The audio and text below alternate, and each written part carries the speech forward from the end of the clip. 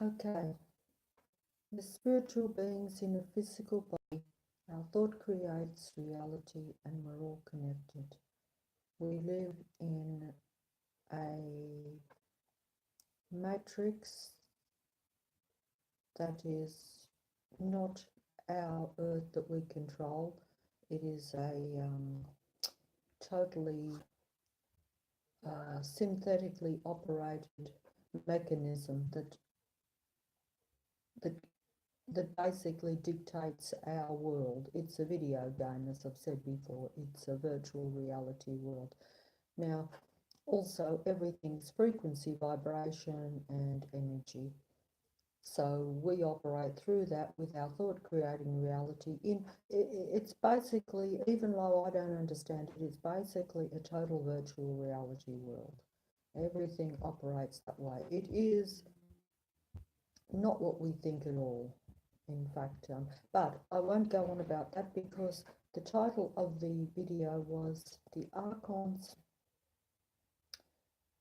Movie Magic. Now, I'm going to talk about movies, right? And this also, and I meant to before, this also includes TV shows and even music, but really it's mainly movies and TV shows. But I'm only going to talk about movies because I haven't seen not sure what that is. Sorry about that. Haven't seen many TV shows, but they can represent things just as much as the movies because, in fact, they're very up to date. So they would be showing you stuff that is real. Now, this is the point that I've made before, is that all the movies and TV shows and things, particularly if they represent something that appears not to be of the past and not particularly of the present time, even though that would also be false because, I'm going to confuse you again, because what I see outside my door is the real world, right? But I am seeing it different to how some other people might see it just the same, because each person will interpret their reality slightly different. That doesn't mean that they're correct in that. Of course, you could say, well, I might not be correct either, and that could well be true. But the more, once you become aware that you're in a matrix, right? This is what I've said before. We are in a matrix. A matrix is something that is not random. It is a controlled system of a world. That's how it is. Only it's much more that way than what we realise. Infinitely more like that than what we actually comprehend. Certainly more than what I comprehended. We all know we live in a relatively controlled world. We know we have our rules and regulations and our laws and our systems, and like I've said before, just in daily living, you become very aware that there's a certain way of doing things. You have to stay on the footpath, shall we say, right? That type of thing. This is all part of it. Because you didn't have to stay on the footpath 100 years ago, because there was no footpath, or at least very little. You could actually just wander down the streets, and the horse and carriage would perhaps go past or whatever. I wasn't around, so I can't visualize, but it was simpler and there was more freedom in just a basic kind of day-to-day living sense. Sure, it might have been harder, you would say, in other ways. I do not know because I wasn't around then, or at least if I was, I do not remember it. So it's of no use to me, and this is the problem with being a human being. If we have been here before and whatever, we do not remember anything. So we gain nothing. We gain nothing by experience in our reality. We're extremely limited that way, and this is the problem. Because if we did, but anyway, I was going to go on about the movies. Okay, once again, actually, if anyone's listening and they see me going off track, yes, definitely beep a thing, because I do, and because it's very stressful making the videos. I don't want to make them. In fact, the right now at this very moment, like, I do not see them, these videos, even if they were getting to a large number of people, as actually probably making any difference. But I do like knowing that there may be some people listening that understand this situation. That may be a benefit to them. I know it's a little bit of a benefit to me, particularly as my own reality around me is not greatly benefiting me. So even it's strange to think that your strongest connection at this present time is someone somewhere that you don't know and can't see, somewhere in the world, that may have more empathy, shall we say, that word that is not valued enough,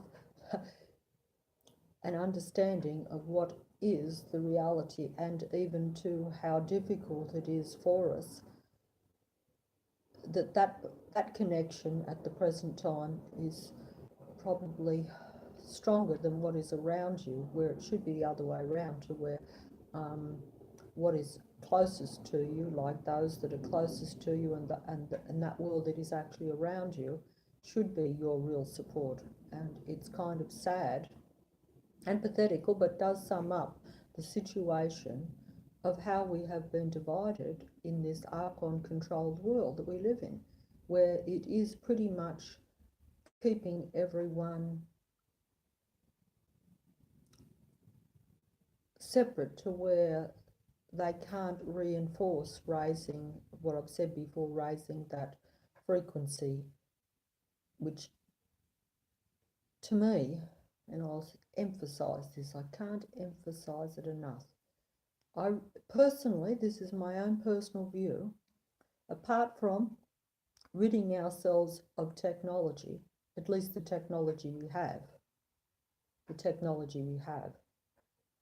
because the technology we have is not ours, it is the matrix, you see. So if we could rid ourselves of the technology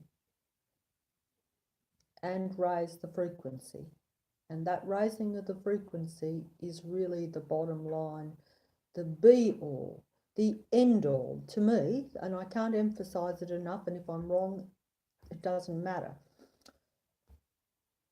Can't emphasize it enough. It is the whole of humanity, in my opinion, their whole future, their actual survival rests on raising this frequency, nothing more. You can go and do your battles out there. You can be like me, trying to find the truth, searching frantically, finding out a bit more information, knowing even how things operate.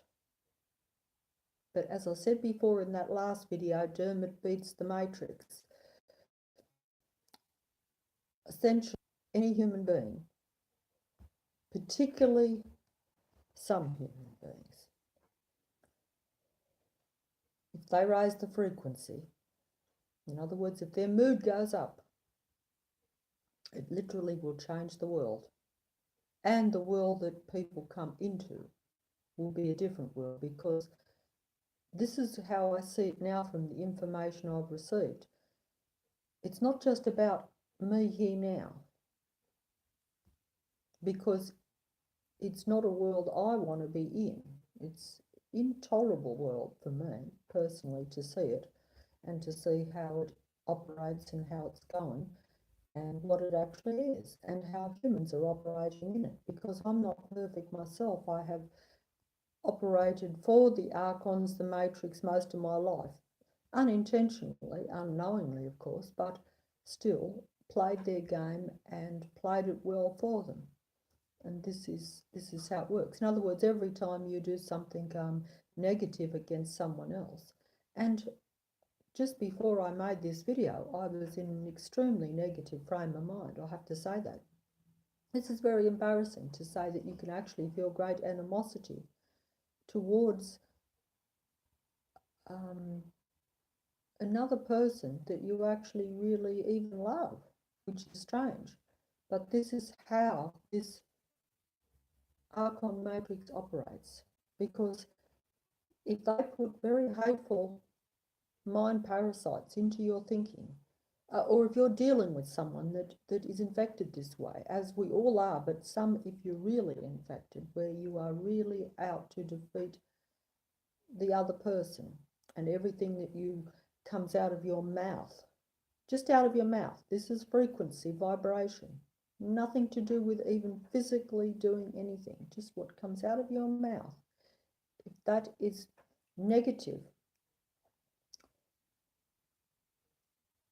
to a spiritual human being, that can really destroy them, and it brings the frequency right down.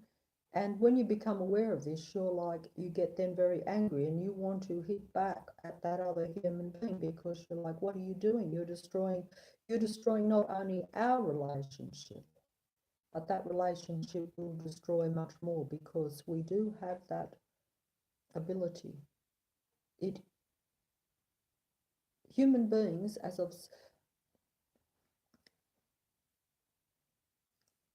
human beings literally in this world now, this is something that I learned, which I was not aware of, just individual human beings, they have a lot more power than what they realize. This is why the matrix goes so hard to control and to manipulate and to create these situations of animosity, etc., between people, because that is the only way they can really win in this frequency control world. It's all frequency, all vibration. That's all it is. And humans are spiritual human beings that have the power of that, but they don't know it. Every day when they speak to someone, when they interact with another human being, this is taking place, and this spreads throughout this whole earth to where we have either a low frequency earth or a higher one. At a low frequency like it is now, that's an open invitation then for the Archon parasites, the controllers of this whole domain, to then take control of it even more, because then they can come in with negative thoughts. Only at low frequency, I believe this happens. While a person is at high frequency, as I've said before, the negative thoughts cannot enter. They can't. They're blocked out. This is strange, but at low, every time you are attacking or in a negative frame of mind, angry, resentful, jealous, hateful, all these sorts of things, that opens that door, and then you will spew that out to someone else, literally spew it out to them like a vibration, a frequency. It'll just be out there. You could almost, a bit like if you spit water out and all the beads go everywhere, and it can literally annihilate that person more powerfully than if you come at them with a weapon. Because if you know, it's all the same thing, it's all negative stuff, but that can be just as powerful. You know, you won't knock that person dead in front of you, but you will defeat that spiritual human being, and then that also will spread to other spiritual human beings in a physical body. Our thought creates reality. Our vibration and frequency creates reality, and we are all connected. So you see what I'm saying? Then it spreads as well. So then you have this negative earth. That means then that the Archon controllers, the ones who are not actually here, but they can then take control of it even more. They can essentially they manipulate this reality with humans, really, for what I can see. They don't, you know, it's a total mind game on the humans, keeping them negative, keeping them at odds with whoever they're dealing with, just on a personal basis. This is how it really works. And then this spreads to the bigger picture. And, you know, like there's two ways of looking at it. There's the free, it's a bit hard for me to explain once again. It's complicated even for me, even though in a funny kind of way, it's quite simple too, because we have the matrix, which is like the world, it's like the world we actually live in, the systems that we operate in, the systems that we have allowed to be our reality. Society, as I said, is our reality.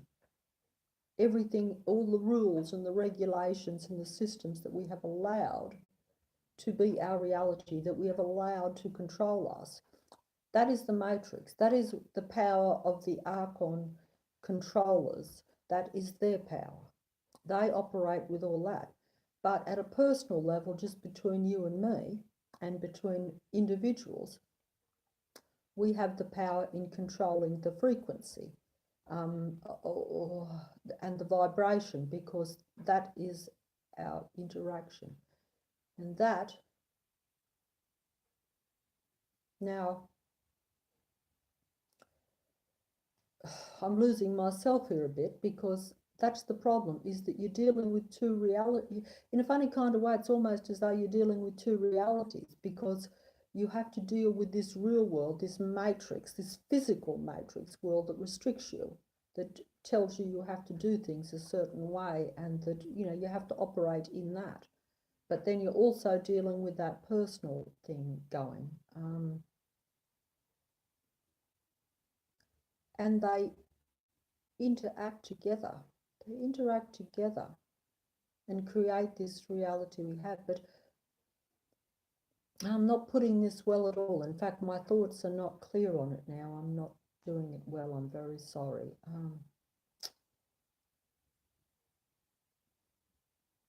But essentially, really, what I am saying, just putting it simply, regardless of what the matrix is, there is a lot of power in the individual human beings. Their interactions just on a daily basis can make a huge difference to the big picture, to the reality of the matrix, and it can take the power from the matrix. So humans do have that ability, but they don't use that ability. They believe in the matrix. They don't believe in their interactions. They don't believe that their interactions with one another affect the world. They believe that the world has control over them, and that the world affects them, that the matrix has all the power. And it does, but that's because we give it the power, not because it has to, not because it really has it. You know, our frequency is what determines really this reality. Our thought really creates the reality. So, you know, we have given that power over to the matrix. A bit like I thought of this a few days ago. See, it's this is what I was just going to say. Put it simply this way. It's like if you're playing a game of cards, right? In the game of cards on this earth that humans are playing with the Archons, even though they don't know they're playing it with them, or some people do, but most probably don't. In the game of cards, humans have all the aces, but they are losing the game. And they have always lost the game. They're playing this game of cards with the Archons. They have all the aces, but they never win. That is almost impossible, and yet that is exactly what happens in this reality earth that we're on, which is bizarre for me to realize that. Because really, what I'm saying that just individual humans have the upper hand. They have the aces, but they're not playing them. It's almost as though they've got the aces and they're playing this game of cards with the Archons and with this matrix, but they're almost dropping their aces on the floor or something and not playing them. It's almost impossible that they shouldn't be controlling their matrix but they aren't. And the Archons do not have the aces, but they're winning every game. They win every game just by, I guess, just by the ability that that the humans don't know they've got the aces. I guess that's what it comes down to.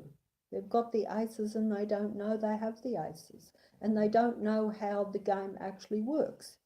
They're like playing a game of cards, but they don't know the rules of the card game, and they don't know that the aces are the top cards and they have them. That was pretty good, wasn't it? I'm giving myself credit there. That sounded very airy-fairy to most people, but it kind of, I like it when I do that. I don't know why. I think I should be able to put it just more directly, but I think that it is like that. Really, it really is. And that just come to me that that's how it really is. And this is what makes me quite upset most days for this, because it would be one thing if we were in the situation that we really appear to be in. In other words, like if you really look at the world and you look at humans and they look at the real world, they would say, look, I can't do any, most people would say to me, I can't do anything about the world. You can't go up against, you can't, even if you see things you don't like or you disagree, most people would say, well, look, that's, but there was an old saying that they used to say when I was real young, and I didn't get it then, but I'm getting it now. They used to say, you can't go up against City Hall or something like that. You can't go up against City Hall. And that made sense to most people, and it probably still does. It's like, no, you can't. But of course, you can't go up against City Hall. That's true. You can't win if you don't like this world, right?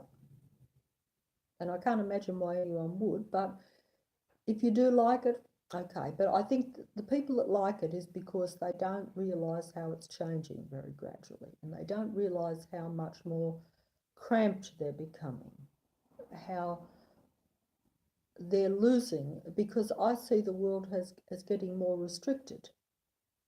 Whereas I would think that most people would say, well, look, we want to have more, not less. So, but that's how I see it, much more restricted.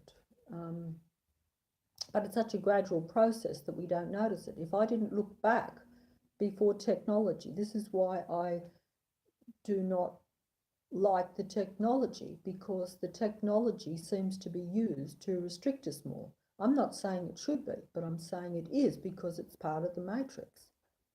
So in me being anti-technology, it is not, even though I have said that we shouldn't really need it, and I'm sure if people agreed, I'm sure if most people actually not agreed with me even, but if they actually knew themselves that they had more powers and they were at a higher level, in other words, if they were psychic and they could just transfer their thoughts, which they should be able to do, of course they would say, yes, maybe I wouldn't need a mobile phone. So then they would say, yes, you're quite correct. Why would I want that technology? That would be cumbersome and silly if I can just transfer my thoughts via my mind.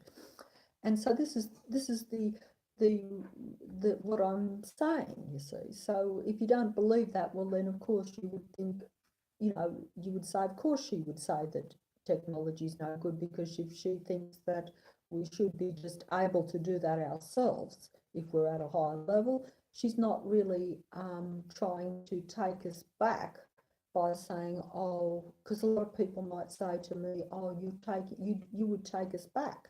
Because, well, yes, I am, because I'm saying that if we can go back, because the technology is not ours, and because it is an inferior thing to what we should have, we should go back and develop our technology, our natural technology, which is superior.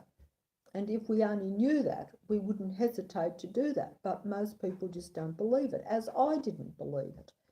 And this is the problem. So then we go for the inferior technology, which we don't even have control over, as a substitution for the natural superior technology that we should have, and for the connection, for the that we're, like I say, we're spiritual beings in a physical body. Our thought creates reality. We're all connected, but we subconsciously know this, and this is why we crave it. But instead of being allowed to be what we naturally are, and of course this is deliberately prevented, of course, because the Matrix doesn't want you to be a high frequency, telepathically communicating with your fellow spiritual human beings on this realm, because then that raises the frequency and it's no longer their domain. They would not be interested in us being that way, particularly well, they just wouldn't be interested in it, because it would no longer be their domain then, because it would change, and it would mean that their reality is gone and our new reality would come in, which we would then be operating in. This is the extreme version of it. This is like the ultimate going from totally negative to total utopia. They would tell you that utopia is where they use physical things to create the world, to create the peace and the connection, and the technology to create the connection and the oneness and all this stuff. That is not true. That is the secondary, second-rate, inferior version. In fact, we would be better off with no connection at all and no technology at all, as opposed to that, I actually believe, because once you go too far along that line, you'll never be able to go back and get what is rightfully yours and reach the higher levels. You will just be then taken down into more inferiority, less, because the technology will gradually take more and more over you. So your chances of being a high-level spiritual human being will gradually become less and less, until eventually it's gone altogether, and you will never be able to go back and retrieve what was yours. And in fact, at some point you will cease to exist. This is my view on it, because if you have a mechanical technology that takes over your spiritual mind, and even just your mental mind and your body, you will at some point be extinct, cease to exist as a human being. And this is what, this is what could happen. And this is why I very much stress and go against the technology. Otherwise, I wouldn't. If it was natural technology and it did not actually impact the human mind and the human body, etc., etc., I would say it would be an unnecessary thing. It would still be inferior to what we should have, but it wouldn't be harmful. It would just mean that we would stay the same. But the technology we have now means that we will not stay the same. We will deteriorate further. So it's much worse, But anyway, I've gone off the track, and I've got limited energy, because all is frequency, vibration, and energy, and this matrix takes it from you deliberately. It's a low frequency domain, and there's very little, apart from a few spiritual human beings out there, no doubt, that are trying to salvage something of the old world. And I say the old world because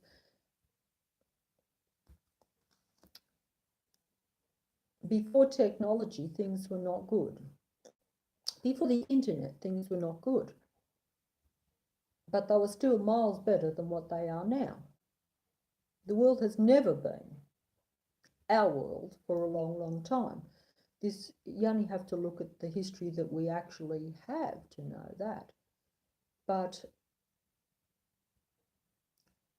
with the invent of the internet and that sort of thing, it's just gone right out of our grasp. It is not our world at all now.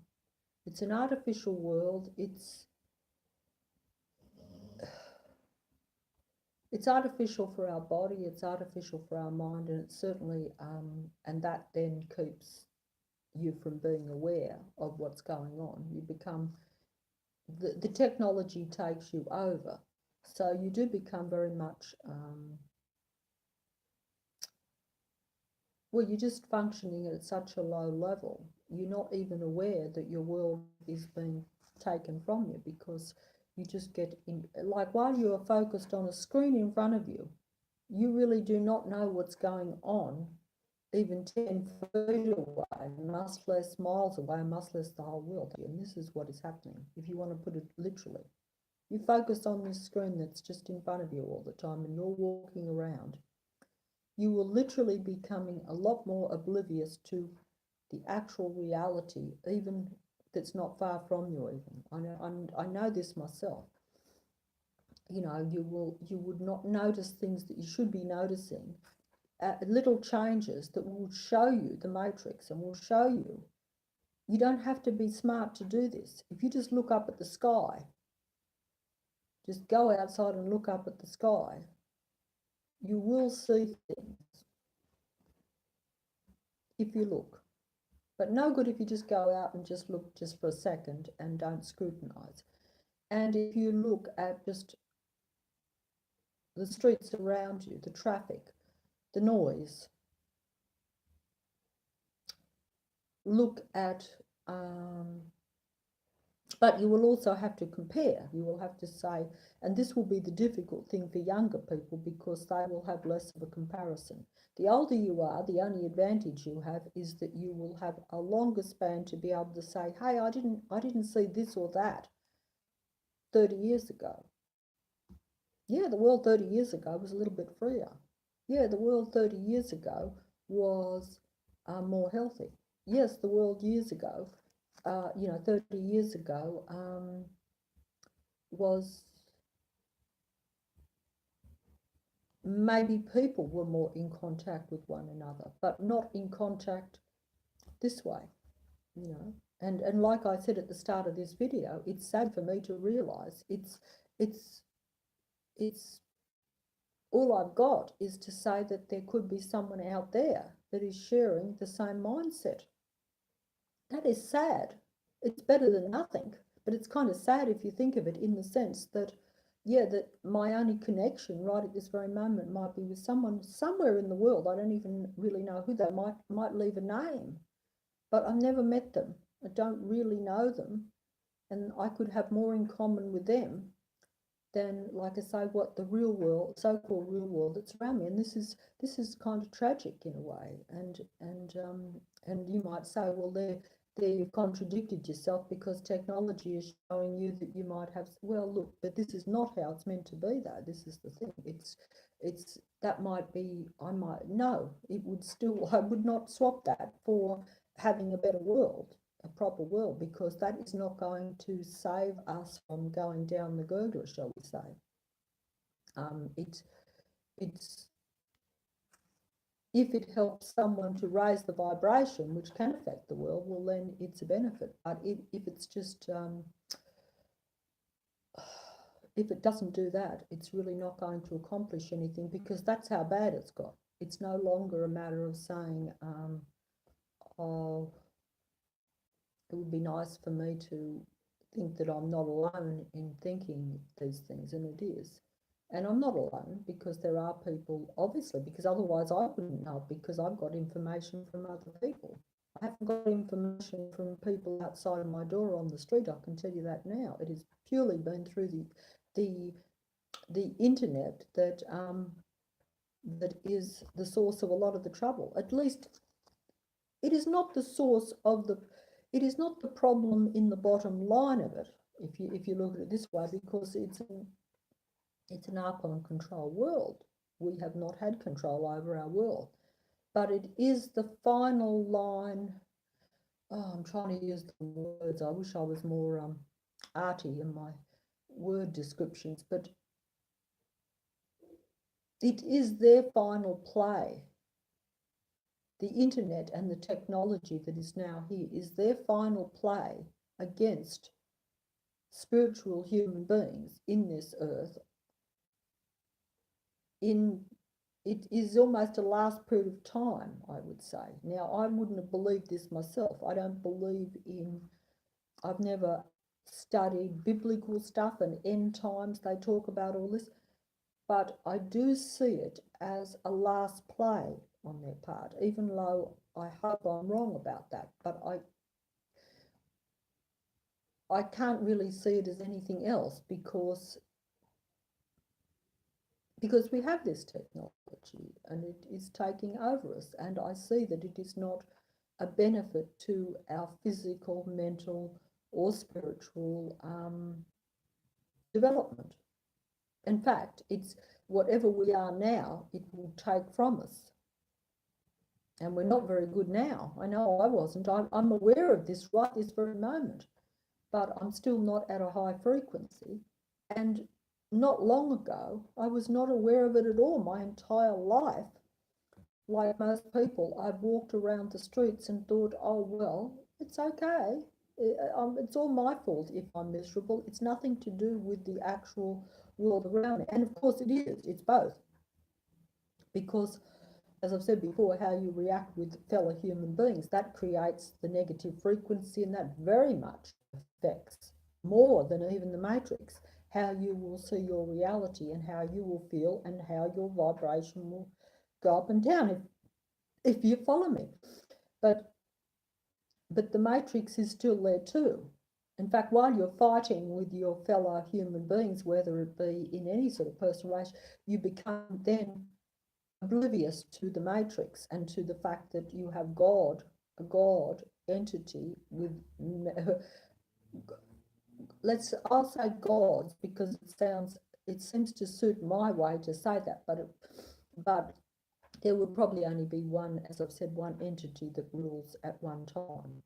The gods may fight. There may be gods, or at least beings that are powerful, that might fight for the supremacy and the control of this earth.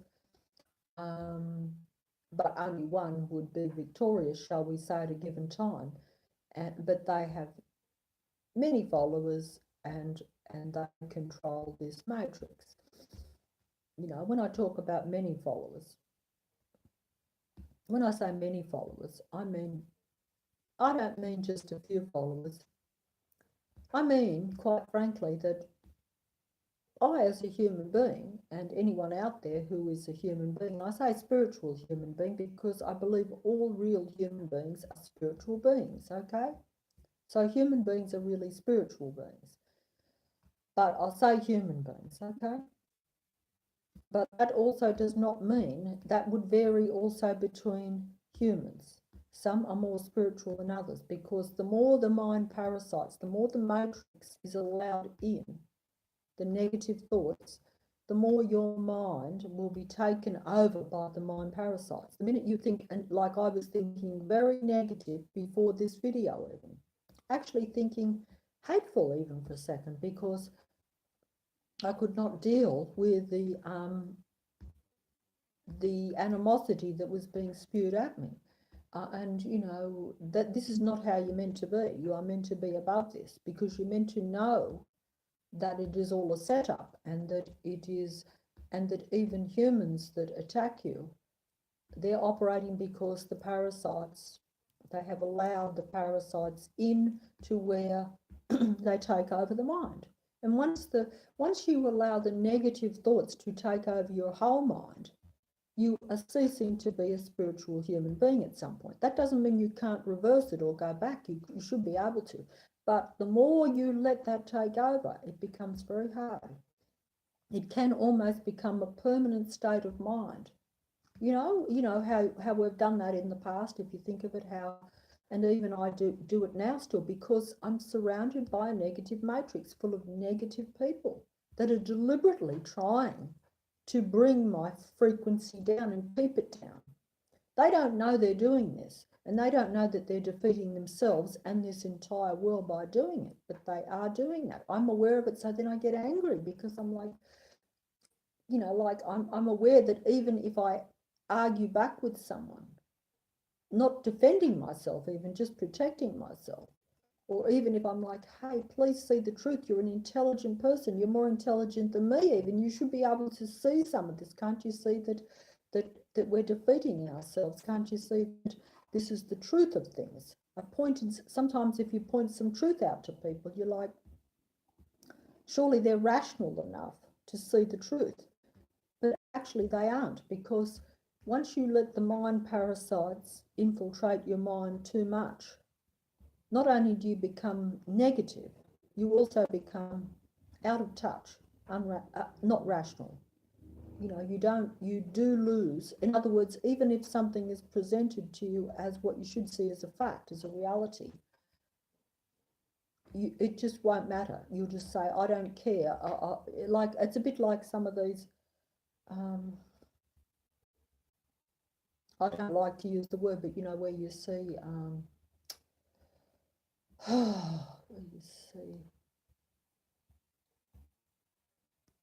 where you hear about things, right? And you sort of say, it's presented a certain way. But then I sort of say to someone, look, this is what you are told. This is what I have been told about something. But the evidence, the facts show something else. In other words, a bit like, oh, let's just use an example. I'll try to use an example. Okay, so someone has been murdered, right? And they've picked someone, and the powers that be or the authorities or whatever have decided that a certain person was guilty of that crime. They have murdered this person, and they're like, this is a closed case. This is, and I sort of delve into it and I say, hey, but look, I've got evidence that now proves that person did not commit this crime. Factual evidence, proof. If those people are completely the parasites, the negative thoughts have taken over their mind, this is what happens. They're not interested then in even the facts. They're not interested even in evidence. You would need to show them, a bit like if I'm talking about this reality now, some people, even if they see the matrix, even if they see that there are bad things going on, that the world has changed, even if they see that the technology is not as good as what they thought, even if they see they've lost a bit of control of their world, they will not let go of it. They won't accept it. You could point it out to them. You could say, this causes this, it's bad. They'll be, no, not interested, and yet these will be, and then they will come back at me and say, hey, you're not rational, we're logical. I'm there, but here's the proof. This is the proof that I'm giving you. They're not interested. And then you get infuriated because you're like, hey, it's one thing to say, oh, someone talks rubbish because, yes, like a lot of the time I talk airy-fairy, so I can sort of see how only people who are on that wavelength are going to actually be interested even in listening. But when you present actual physical facts about a physical world, because they believe in the physical world, they don't believe in the airy-fairy world, they don't believe that that we live in this duality, negative, very nefarious world, really. They don't believe that. They believe it's all real and that you can fight it with reality. They don't believe that you can beat the matrix with frequency and vibration or any of that sort of stuff. And I don't blame them, because I wouldn't have believed that either. But when you present them with physical facts about things, that's what I find infuriating now, is that they don't even want that. They have so infected with the parasites that they're like, no, you can't show that my fake real world is fake. You can't show that to me. Don't do it, because I don't want my reality pulled from under me. So I don't care how much evidence, even at a physical level, that you will present to show that this world is not what it is. even science, if they start talking, a lot of people are just not interested, because unless it becomes totally established reality and then it fits in with everyone, they're just not interested for what I can see. This is what I deal with anyway. This is what I have seen in my reality. I can understand it because I was that way myself, but at the same time, I think in the past I would have accepted physical evidence, yes, but people. Perhaps I better go off this anyway because I've gone way off track. But essentially, I'm saying it's very hard. From what this is my own personal experience, it becomes infuriating that people don't want to see what I see as a fact, that they have no control over their reality. They can't deal with that. Their ego can't take it, I think. And this is because we have such a lot of narcissists and people like that in the world. And that's if you're dealing with that, they just won't accept that because they think they have control over their reality. And I can get that. I can get that. But that doesn't solve the problem. That is it. It doesn't. In fact, the archons that control this world, they use that. They create people, as I've said before, they make people narcissistic. And then they use that to manipulate the rest of us, because then we have to deal with this onslaught of negativity and this brick wall that is put up even to the truth. They're not interested. And so I've gone off the track anyway. I'm so sorry. If you've turned off, I don't blame you. I was going to talk about the movies. Someone should, if anyone's listening, they should be telling me, get back on track. That's right. Yeah, now look, the magic movies. I've got to try to get on track here.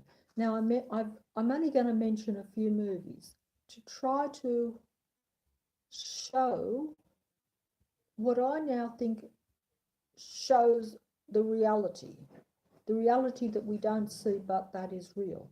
Now, every movie shows reality. Every movie that is a science fiction type movie, for instance, will be showing you reality. Every movie ever made at that kind of level in particular will show the technology and what the Archon entity, God, that controls this matrix can do and does do. But we're not aware of it. But he shows it in the movies to us because we have to be shown. There's probably many reasons that we are shown. I've speculated on a few of them. Mostly, I would say that you do not show your hand to your players unless you have to. If you're going to cheat and you've got an ace up your sleeve, you don't show it. You don't show your cards to your other players when you're trying to win the game and beat your other players in a card game. That's how it is. I'm using the card game again. So the Archons are playing a game they're playing against human beings. So they're not going to show what cards they have while they're playing in that game. Would they? It's common sense, but they have to. And so in order to do that, they have to show their cards because otherwise they're not allowed to play. Otherwise the game will be closed down, which is kind of strange. But that's how it works because spiritual human beings, evidently, this was originally our realm. Maybe not what we're in now, but the original earth was ours to, as I've said, the living library or whatever. This is my information, my thoughts on it and what I think about it. Now, this would they have to show their cards, but They're not going to show their cards and say, hey, look, this is the situation. This is really your world. You have all the aces. You're spiritual human beings. Your thought creates reality. You're really all connected. You can make this world whatever you want. But hey, we don't like the world that you would make. We want a low frequency negative world. We want a love-hate world. We want a right-wrong world. We are a duality God. We like to play the game. To us, it's a fun game. But you won't play if you know that you're in a game and that you have the aces, as I say, and that we really don't. You won't play. You just throw your cards down and say, hey, not interested. But we want you to play because it's our world while you play, our game. And while you don't know you have the aces. But we have to show you the truth of the game anyway. Otherwise, because that is like it's a universal law. It violates your human rights as a spiritual human being for you not to be shown the truth. So we have to show you the truth so that we're in the clear and we can keep playing with you and you can keep playing the game. And even show you sometimes that you have aces, but you will not comprehend that you are being shown the truth. And how they do it is with the movies, I believe.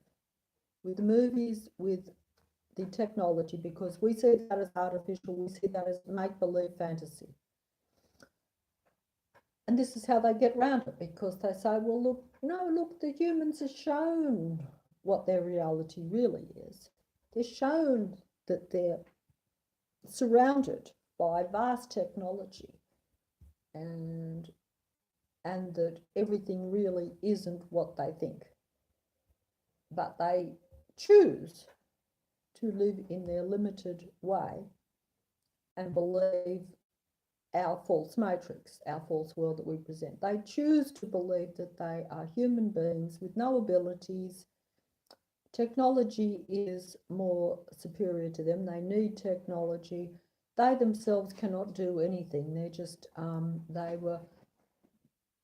they've just accidentally kind of evolved, and they've been fumbling around for thousands of years, trying to get ahead, trying to make peace when clearly they don't, and trying to make a better world when clearly they just keep destroying it like we want them to.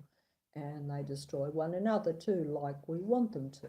Because this is our fun game. This is our game. Our game is a negative game. It's not for them. And we then show that we are the true gods by defeating these superior beings and making them inferior.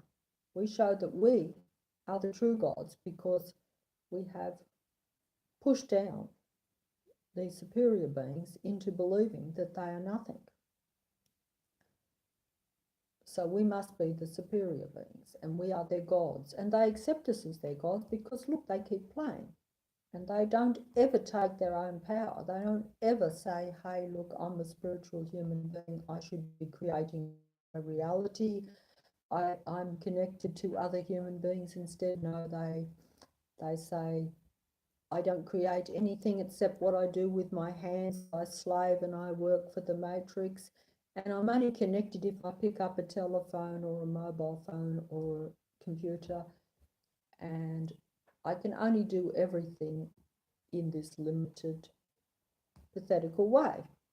And everything I do has to be negative to myself. Everything has to be noisy, bad frequency, jet planes that go over here, that's all negative frequency, loud noise.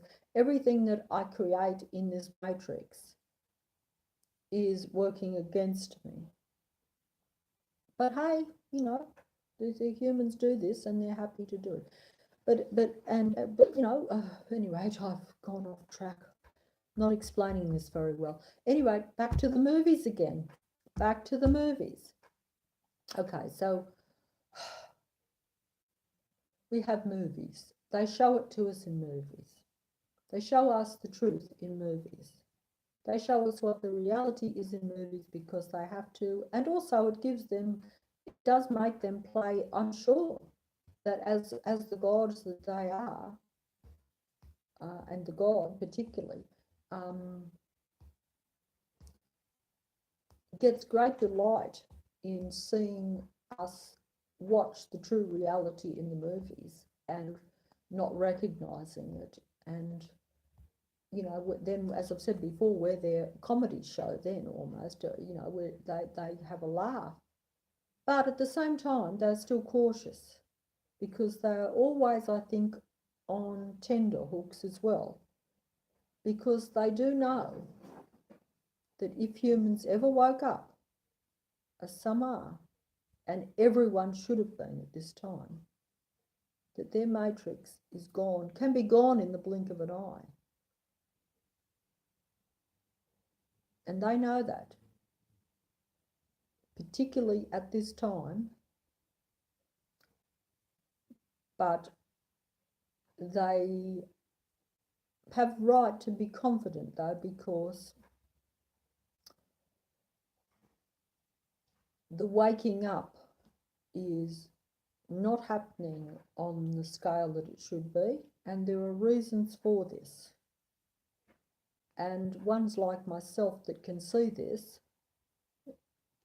it is not because I have woken up, it is because the matrix has deliberately exposed itself to me. So this is the problem. It should have been where humans were mentally just waking up, seeing the matrix, and this was what was meant to happen. Now, as I've said before, there are two ways of looking at this. You either wake up and see the matrix, or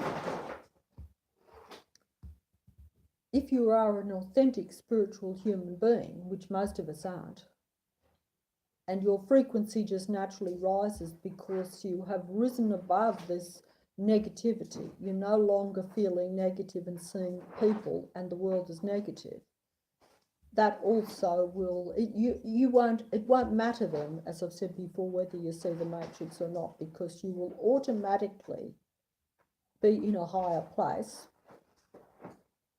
The matrix doesn't exist for you anymore then anyway. And by doing that, because we are all connected, that frequency and vibration will be passed along to other spiritual human beings. Even those that are not awake, it won't matter, because some of that will be still passed along. And this is how the world changes. These are the only ways that the world can really change, I think. Anything else, I think, just could have been possible at certain periods of time, but probably not now, because we have too much technology. It's gone too far in the negative way. And this is why the Archons are on tender hooks at times, because they know this. They understand that everything is frequency. They know the science. They know how humans operate. Their whole game is keeping the humans in the dark and not letting them know that they have aces, whilst at the same time being obliged to present them with the truth in movies, so that way they're off the hook. They can't be accused they can't be accused of keeping humans in the dark or of tricking them into annihilating themselves. It's like you can't be accused of genocide if humans wipe themselves out, and particularly if they're told that everything is out of their control, and that the world is not what it appears to be. And they do this by showing you the truth in movies and TV shows too, but I'm centering on movies. Okay, so I'm just going to use some examples of movies that show a different reality to what we think is our reality. I've mentioned some of these movies before. Of course, The Matrix is the first movie that pretty much sums it all up. The Matrix is what we live in. The Matrix is the deceptive world that we think is a real world, where we are. In fact, the Matrix sums it up in many ways. Almost everything that is in the Matrix is what is in the real world. But you'll have to think about that movie a lot. You'll have to watch it many, many times and not just see it, not just even one element of it. Every single thing that is in that Matrix movie is a reality now, but we don't see it. And everything that is in that movie is, you know, the idea of the Neo character in it was to try to turn humanity round, try to wake them up to the Matrix, try to change the frequency and the vibration. See, the movie presents it in a way at that Neo character level that I'll have to see it again myself, and that could be where we get a little lost, because then it becomes so fantastic. But essentially, just take the basics of that movie, all the basics of it. And an interesting thing too, if you haven't seen this movie, then I'm wasting my time, and perhaps, you know, which that's a problem. But like, there is an element in that movie too that I can remember, right? Like, there's a lot of characters in it, but there's a character in it that is on the side of waking the humans up and changing the Matrix and saving humanity from keeping as being a slave race where they're just being used and will be destroyed, literally. But one of the characters that is working with Neo to do this, he at some point, and this is the danger of, this is, I think, showing you the danger of what it is like in our reality, in that one of the characters, he decides that he no longer wants to save humanity, that he no longer wants to be, he wants to go back to the Matrix and live his normal life in the Matrix, knowing that the Matrix is fake, knowing that humans are set up for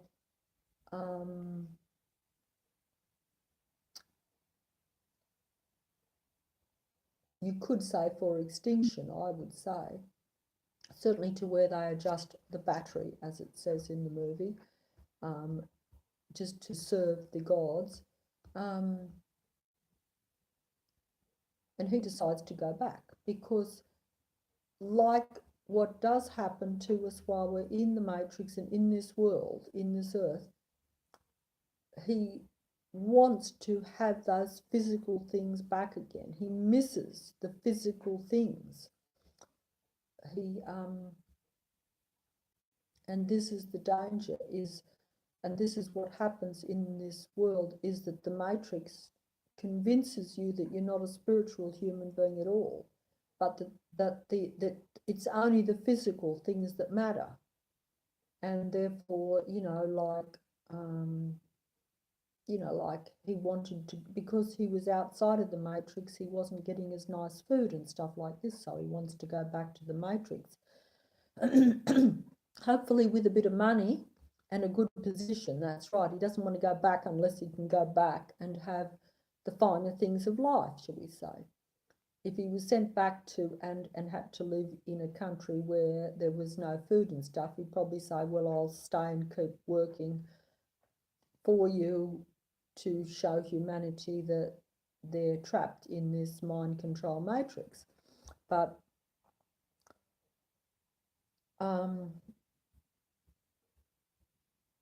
yeah, but he decides that he wants, and this is how we are when we are in the earth. We very much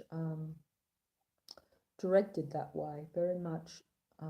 This is how they trick us. Now, I'm not saying that you can't enjoy the physical things while you're on this earth. In fact, that's what you're meant to.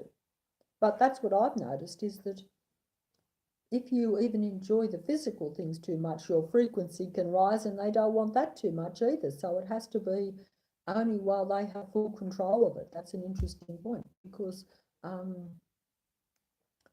it's purely your attitude to the matrix that counts, really. It's one thing to you know, we were meant to enjoy this physical world originally. We were meant to be part of nature and meant to be at one with the earth and with everything that is organic and living. And we were meant to enjoy that. We were meant to embrace it. We were part of it. Our frequencies were connected to that, and that to us. There was no separation, really, I wouldn't think. This is what I have been informed, you know, and so, you know, whereas now we get addicted to this fake kind of physical world. But like I say, there's still no harm in enjoying aspects of it. But I've diverged anyway, because I could talk about that Matrix movie forever, because there's so many elements in it. I can't think of them all at the moment, but there's so many elements in it that are worth talking about. That was just one thing that come to mind, how he turned against, and this is what can happen. This is what happens in this reality, is that humans turn against one another and cease to worry about their fellow human beings' plight, or whether they're being taken down by the Matrix. The same as myself, I see that all the time. Basically, no one is interested if the Matrix takes me or you down. They're only interested if the Matrix takes them down. And the Matrix knows this, so the Matrix will say, well, if we take that person down, but we let that person think that they're free, that's good, because we've eliminated the more aware ones, and the other one, well, we can take them down later. But either way, that they will serve the Matrix, because they will help to bring the awake ones down. This is what's happening at the present time.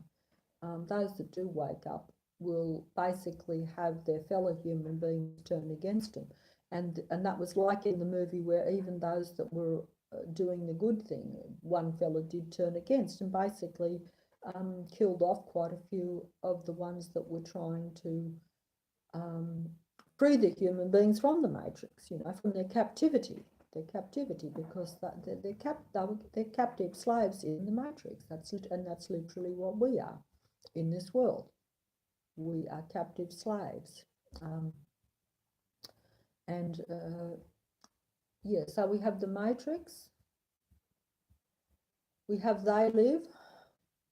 I mentioned that before. That is a very good movie that shows that this world is not ours, and that, yeah, you put the sunglasses on. The fella puts the sunglasses on in the movie. He's just the same as me. He puts them on. You shouldn't need the sunglasses. At this present time, we're all meant to be seen with the sunglasses. That's what the awakening is. That's what they call the awakening. I don't know why this has happened. There again, because it's all frequency and vibration, and we don't know how this world operates. We don't understand it. I don't either. But the awakening, the fact that I can see that myself is being exposed to the Matrix, and that there are others that are being exposed to it, and that some people are just naturally waking up because they're truth seekers. I was not a truth seeker. I'm not one of your great people at all. No, there are some people who really are and were seeking the truth all along. They would wake up at this time naturally. But they're probably not big numbers of people, from what I can see, because the Matrix knows all this, so it seeks to close everything down, seeks to keep you in the dark. It has to. But anyway, in They Live, when he puts on the sunglasses, he sees the truth. He sees the world as it really is, that it's not real, and that everything around him is designed to manipulate and keep him trapped in the matrix. Everything from the advertisements and the television, and that even the people around him are not all human, that they're all different. And he realizes that this is the interesting thing, which is what I've been talking about in most of my videos. He realizes that the only way for every human being to be able to put on the sunglasses, because clearly he's just lucky to either awaken or the matrix be exposed to him. That's what putting the sunglasses on is. That's what it represents. He realizes that the only way that every human being can be allowed to put these sunglasses on, because there's not enough to go around to all the people. He realizes that pull the technology down at its source, and automatically everyone will be like him, as though the sunglasses are being put on, and they will automatically see the truth. And that's what happens in the movie. Basically, the minute he pulls down the technology, to where the TVs and things are no longer functioning, everyone just looks around and sees the matrix the same as he does. They see how they are tricked with the advertising, how they are manipulated, how everything that they think is what they're seeing it one way is now another way. Everything is in reverse. And yes, that even the people around them are not all legitimate, etc. That is, they live, which is similar to the Matrix in a sense, because it's both of their movies are showing that yes, we live in a fake world, that the world is not what we think it is.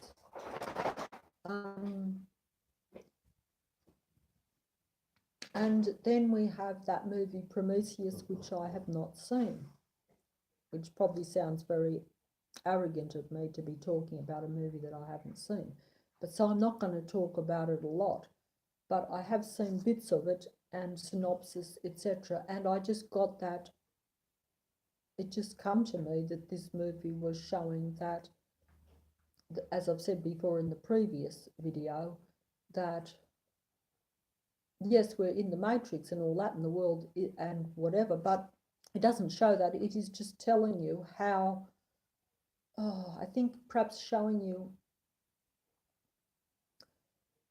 not so much, look, it does kind of imply that we were created by others, and certainly some of us were. We were manipulated by others. I'm not going to go into that aspect of it because I haven't fully got to the bottom of it, but certainly the human race,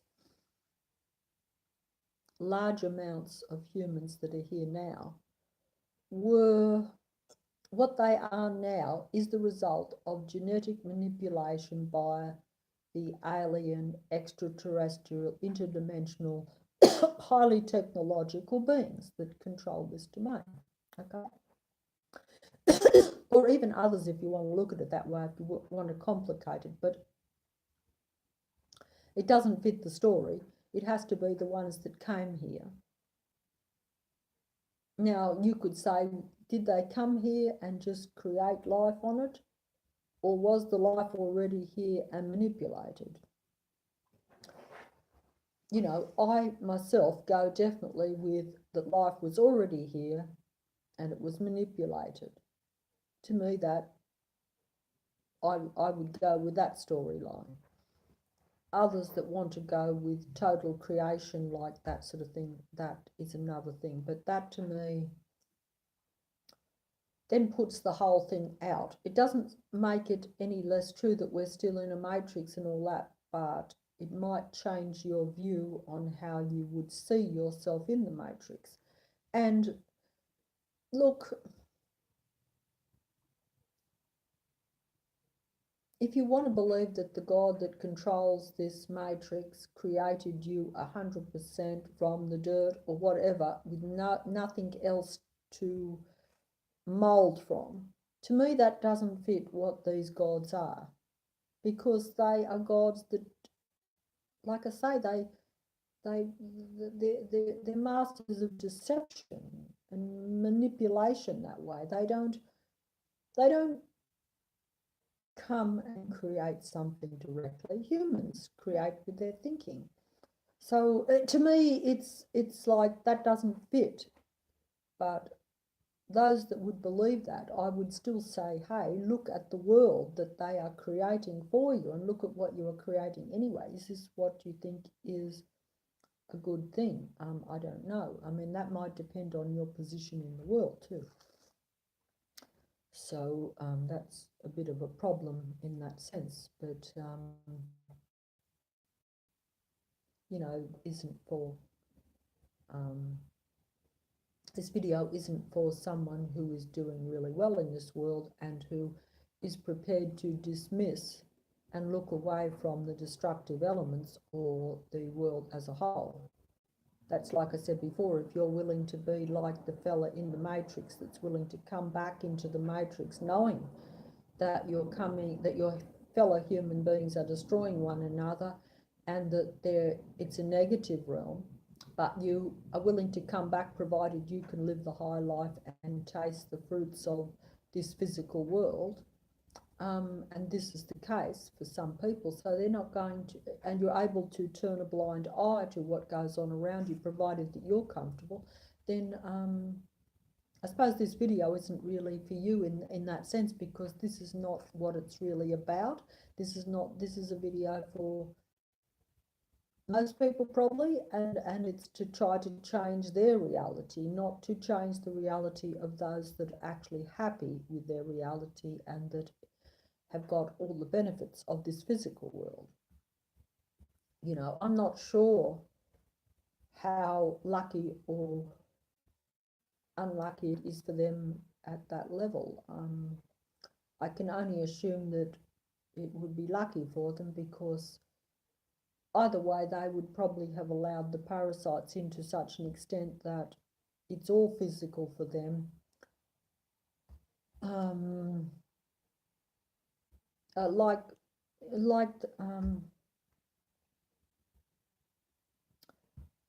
you know, like the narcissist does in our human reality, and they're the same. They're like psychopathic, narcissistic types anyway. They do not care. They don't care about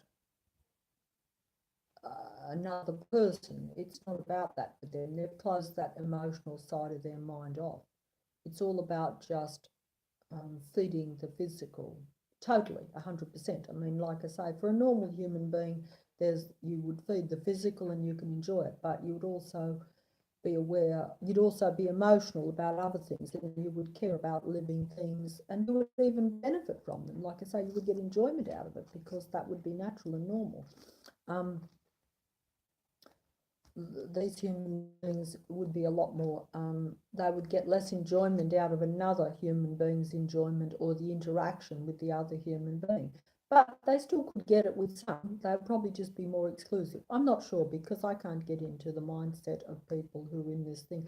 Even the same as I didn't get why the fella in the Matrix turned against his fellow comrades, you could say, that where he had supported them for years and clearly, and then decided that no, I'll kill them off and I'll go back to the Matrix and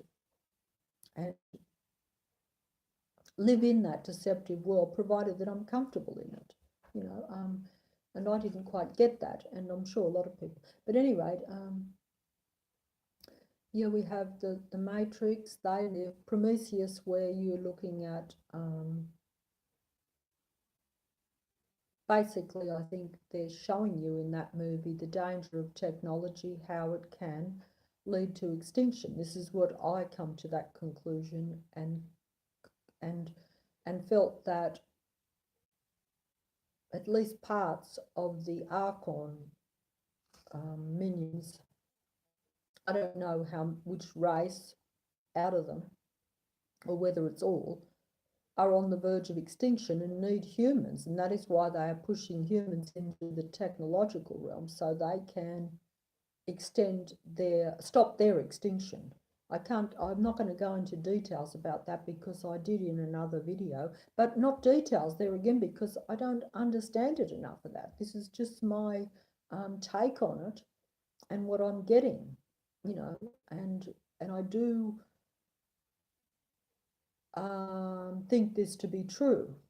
And it seems to point that way, whether I look at the facts or even my own just getting that kind of vibe from these things. And I say they do have to show you the truth in movies. So if that's the case, you don't even have to get a vibe. If you just take it from me and say, hey, well, look, this is correct, as many believe that the movies are just showing you the truth, then it's there for you.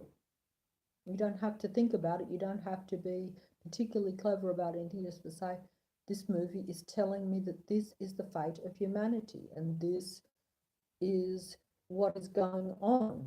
This is the present and the future. And the timeline might be a lot less than what we think.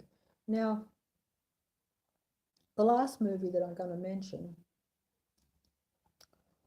I'm sorry that I haven't done this video very well because I can see that I haven't, is Blade Runner, right? Now, Blade Runner,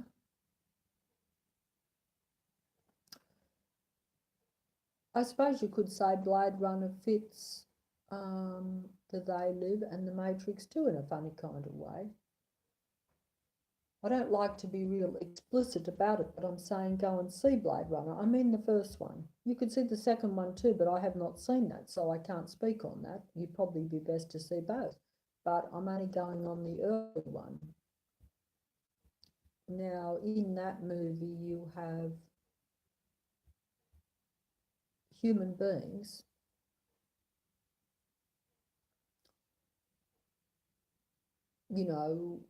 that are different to what we think are human beings. You have that in They Live too, and you have that in the Matrix, because in the Matrix you have the machines.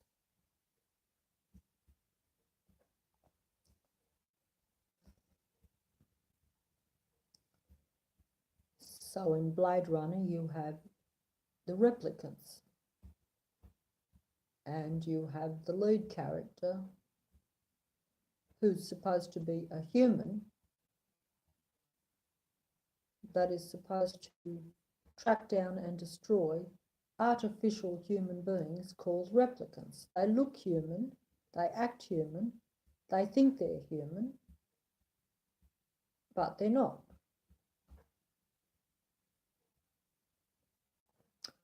And you have the main character, forget his name, who is supposed to be a human, who is supposed to track down and kill these replicants because they have rebelled or something and are going to cause a problem for humanity or for the world or whatever. I'd have to look at the movie again, but essentially the point I'm getting at is that he's supposed to kill them and he's supposed to be human, but he can't tell these replicants from so-called real human beings.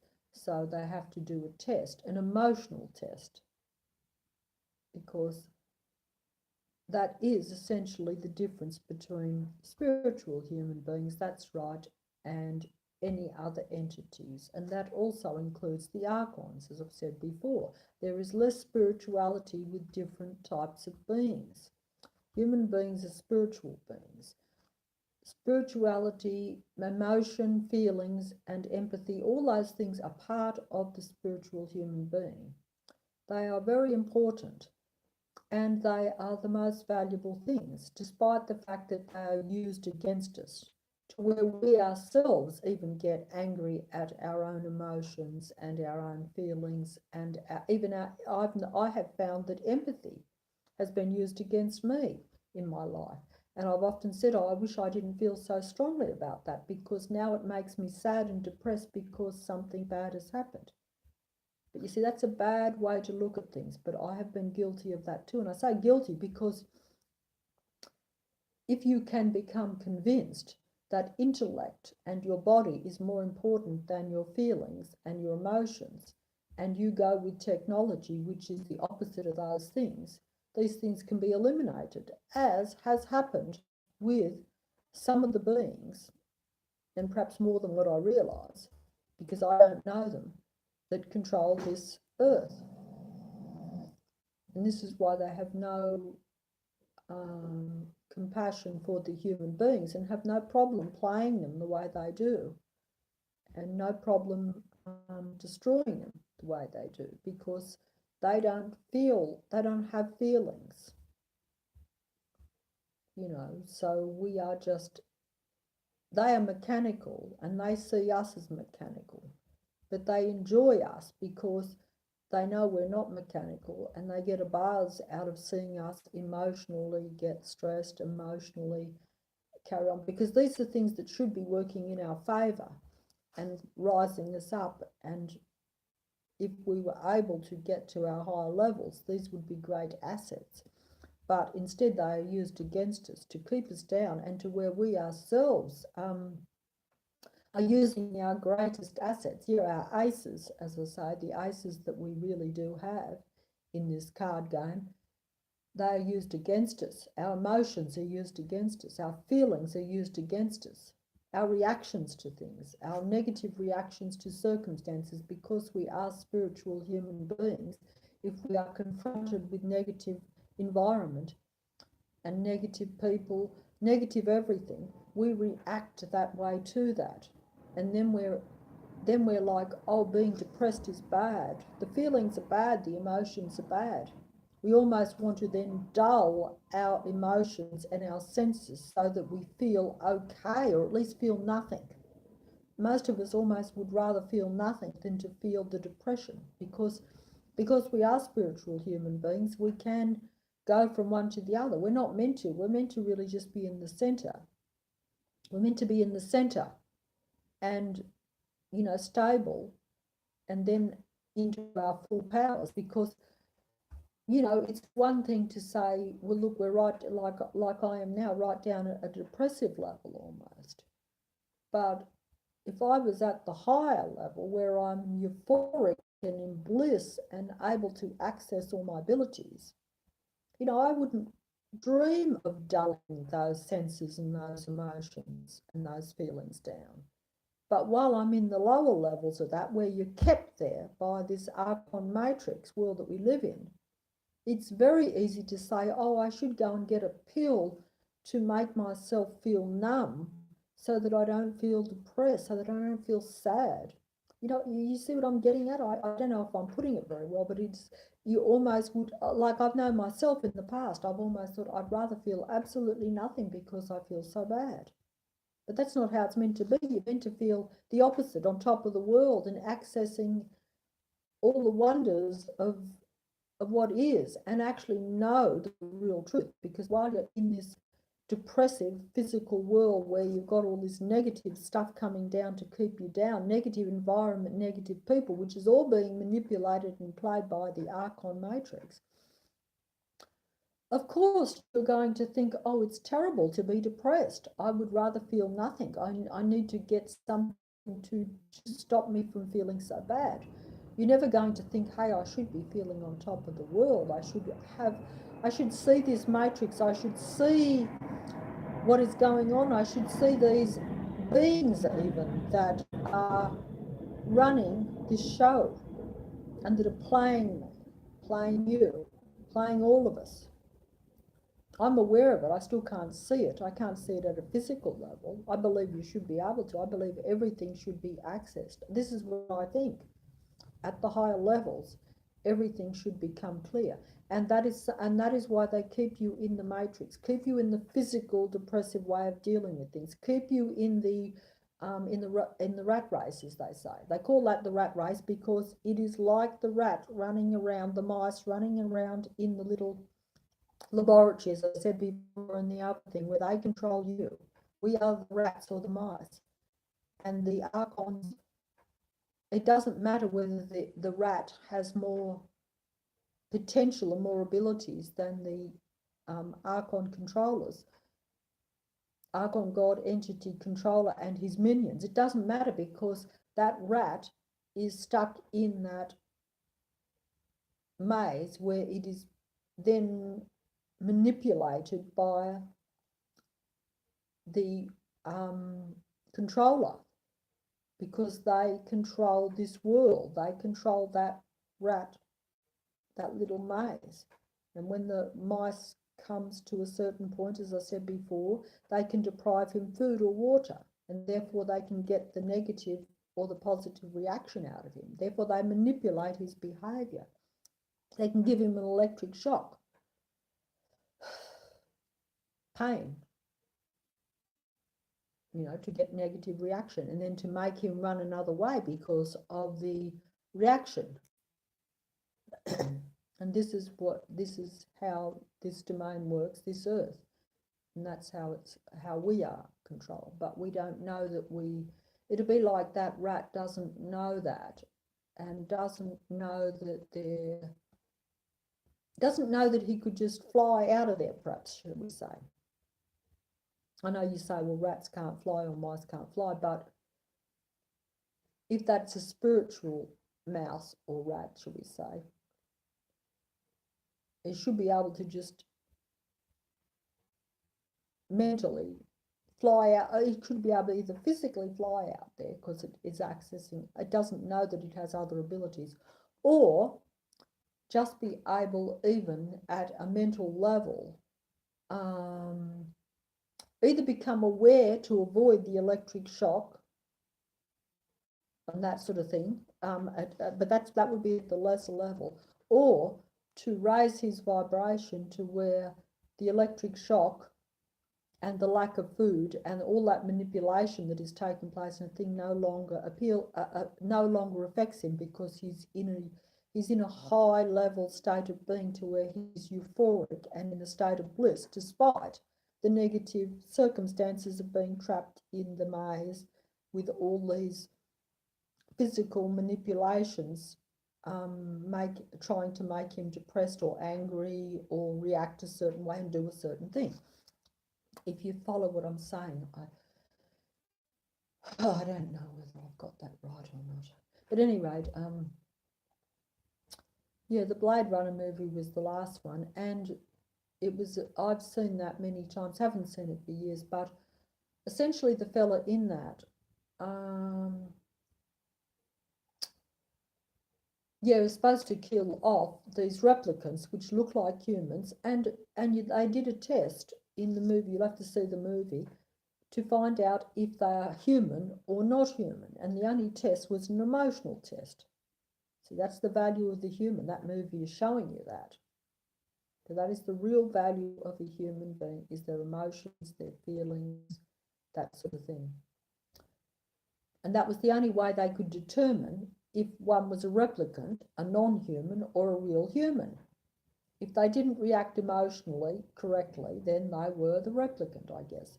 But at any rate, in the end, of course, it does show, and it's interesting that while he was killing off some of these replicants when they had been determined to be replicants, if you watch the movie, you'll actually see that the replicants appeared to be showing more emotion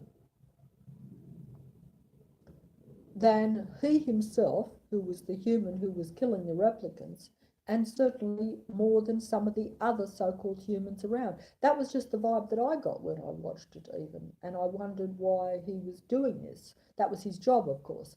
But of course, in the end, it turns out, and this is what I had been told about the movie, because I didn't get it. I was too shallow to see it when I saw it originally.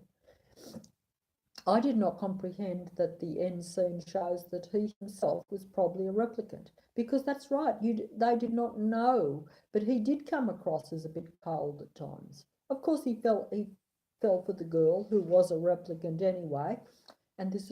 But you see, the replicants had memories and things, so they thought they were real humans.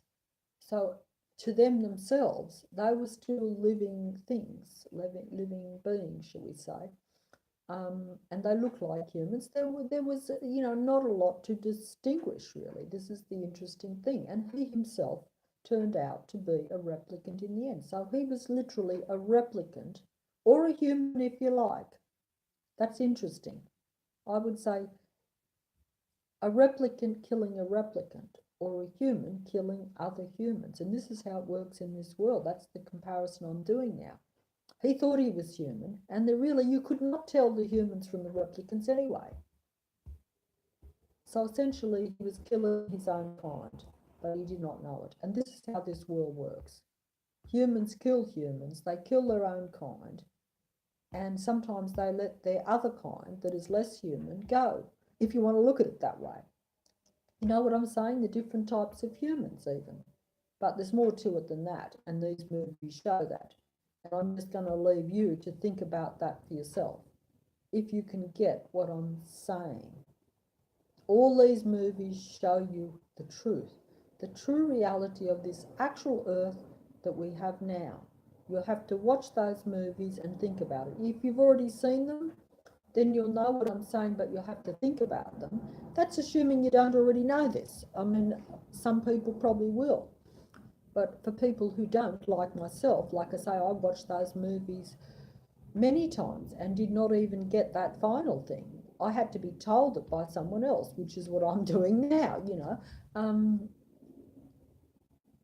But, you know, sometimes if you're told it by a reviewer or something like that, it rings home more than if someone like myself is saying it, because, you know, I'm not a movie critic or whatever, you know, and sometimes that's the case. But more importantly, you might miss it yourself while you're watching the movie. And it's easy to miss. Because if you believe, like you do at the start of the movie, that he's the human and he's the lead character, he's the so-called hero of the movie, you know, because you always have a hero and a heroine, don't you? You have that in the movies. That's how the movies have always worked. I don't know if they still work that way. Maybe things are a bit different now in recent times, but in the past, and you know, because I've watched mainly old movies, you always have your hero and your heroine, the male and the female lead that are who you follow, and you relate to them while you're watching the movie. You don't usually relate so much to the secondary characters. You usually relate, your empathy and the ride of the movie is usually taken by the main characters. You almost put yourself in the place when you're watching a movie of the main characters. You know, that's what you tend to do. That's what a movie is. But essentially, apart from that thing, I'm saying that the movies represent the truth. They show you the truth, hidden in plain sight, as that saying once again, which I'd only found that saying out recently, but it is so true. It applies to everything in this world, because things have to be shown. You know, as I said before, they wouldn't show you if they didn't have to, because the truth is there for everyone to see, even in your movies. All the truth of the world, of what is going on in this world and what is your real reality, is there in your movies. You don't have to go back into your history books. You don't have to do a lot of the research or watch a million videos like I have. You don't have to research for 100 years even. You can sit back and relax, but keep your mind open. Don't relax to where it's just, you think it's just entertainment and a fantasy. Say, I am looking at reality when I watch these movies. This is the real world. You'll look out your door after you've seen the movie and say, hey, but no, that's not happening out there. That's because you are in that limited reality. Don't see the real reality, so that they keep you playing in this reality.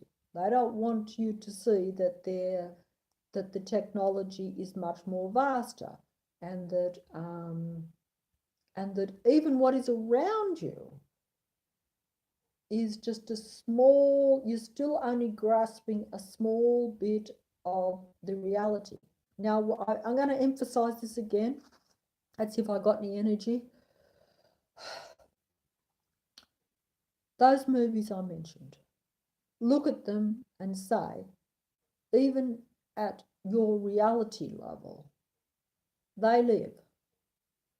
The Matrix, Blade Runner. Forget about Prometheus, okay, for this discussion, because that is more about a history of kind of like a history of a type of creation of some human beings, and where human beings and technology and stuff can take you, and where it has taken even superior beings, what we would consider our creators. Those creators were on the verge of extinction many times because technology, they had, as I said before, created so much technology that they could no longer reproduce naturally and therefore were going extinct. Once you can't reproduce naturally, and once you then can no longer reproduce technologically, because technology will eventually defeat you that way. This is my argument. This is what people are trying to tell people about technology. It can work well for a while, but at every level, and particularly for human beings, even for technological beings, because these, if you incorporate technology into your being to where you become totally technological, eventually you'll wipe yourself out. You'll just become extinct. You will no longer be able to reproduce your kind, and therefore you die, you know, and that's what was the message of that Prometheus, I think. But we didn't get it because we don't take it to be a reality. In other words, even the gods, the so-called gods, as advanced they are, the more advanced you are technologically, the more you're in danger of becoming extinct at some point, because the technology eventually, natural breeding, natural organic reproduction never dies out. That can just keep going on and on and on, which is why we, as I said before, we still have some species that have been around for so long on this earth, even though we've had many physical things to wipe them out even. But this is the danger of technology. People could not see this. I don't even know why it happens. But one thing, it degrades the human being and the actual species anyway, I believe. But also, it just can't keep reproducing. It for some reason it can't keep reproducing things the same. You know how every time you create a human being naturally, you produce this perfect living being that is completely new and fresh in every way. This is how I'm trying to get that feeling. Whereas if you produce something technologically, you start to become like a copier. It's like a copy almost. You reproduce and it looks very similar, but it lacks. It's not fresh. It's not original. It's not produced with the same vibrancy. I heard this on a video, okay, and I'm buying it completely. That when you have two human beings coming together to reproduce, there is a kind of because they're spiritual, because you're creating a spiritual human being. I'm going to go airy-fairy here. You are creating a kind of magic, but the magic is real. It's not false. It's real. You're creating something fresh, unique, and even that act, it's like a magic act almost. It's like in a dish, in a laboratory and mucking around with it. There's no magic to that.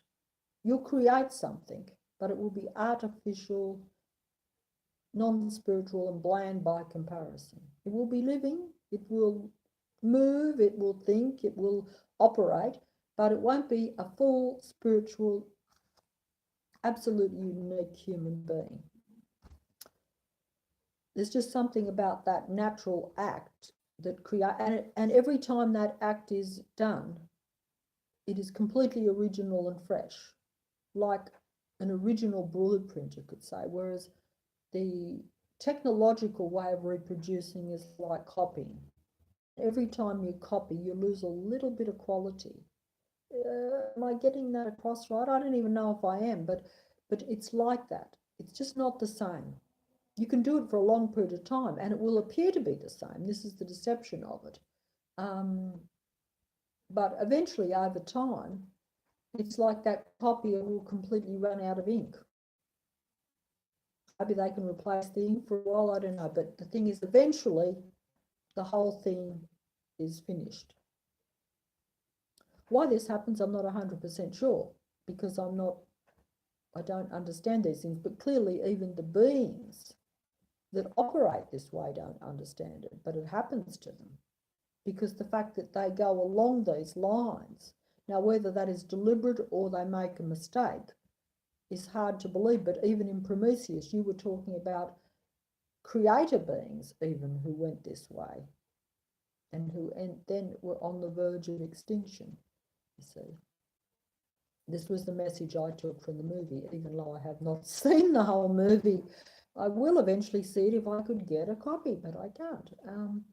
Now, I don't actually like the visuals anyway. It frightens me a bit, you know, it actually does. And that's probably why, you know, so even the little bits I've seen, whereas some of the other movies in the past, I watched them and they don't really give a terrible vibe to me. They certainly show the truth, but I'm already aware of the truth, so that's not going to make me feel any more depressed than what I do. But anyway, like I say, that Blade Runner movie, particularly that idea of not being able to tell the different types of human beings. This also is a little bit prominent in They Live, even though it's presented in a different way. It is presented, I'm not sure, more like as though it is an alien race. Now, another thing, just before I finish, because I'm running out of time and I'm sure most people have, as I said, gone to sleep, but I'm just going to throw in a thought. I saw a movie a long time ago. It was called the Body Snatchers, okay? And that's a similar thing too, where aliens come and they take over the bodies of the human beings that are on the earth. Very old movie. And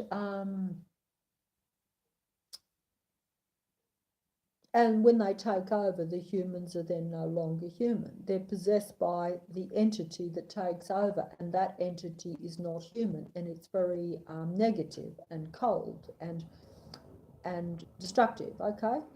But other human beings like you and me can't see that this person that might have been their friend or their lover or their mate is now looks the same, but is not the same at all. They've been taken over by another being, shall we say. A bit like me swapping bodies with another person. I no longer am me, I'm someone else, but I still look like me, and so I could deceive you or someone else if you follow what I'm saying. So but anyway, in that movie, the main hero character, or the man in it, right, he has a wife, and his wife is taken over. The alien comes into her and takes over her body, and he becomes aware of this, and he kills his wife. Now, at the time when I saw this movie, I thought, oh, he was the good guy because he was trying to save humanity and trying to, you know, stop this, but he killed his wife. Now, I thought at the time, why did you have to kill her? But I realise now that he was like, she's not my wife anymore. She's now an alien, even though she looks like my wife, but also there is kind of like that really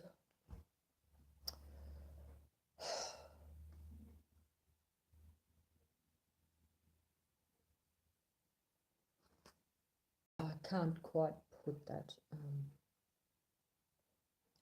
I suppose he killed her because he realised there was no hope for her then, and it was actually too distressing for him to see her taken over, destroyed literally by this possession, you could say.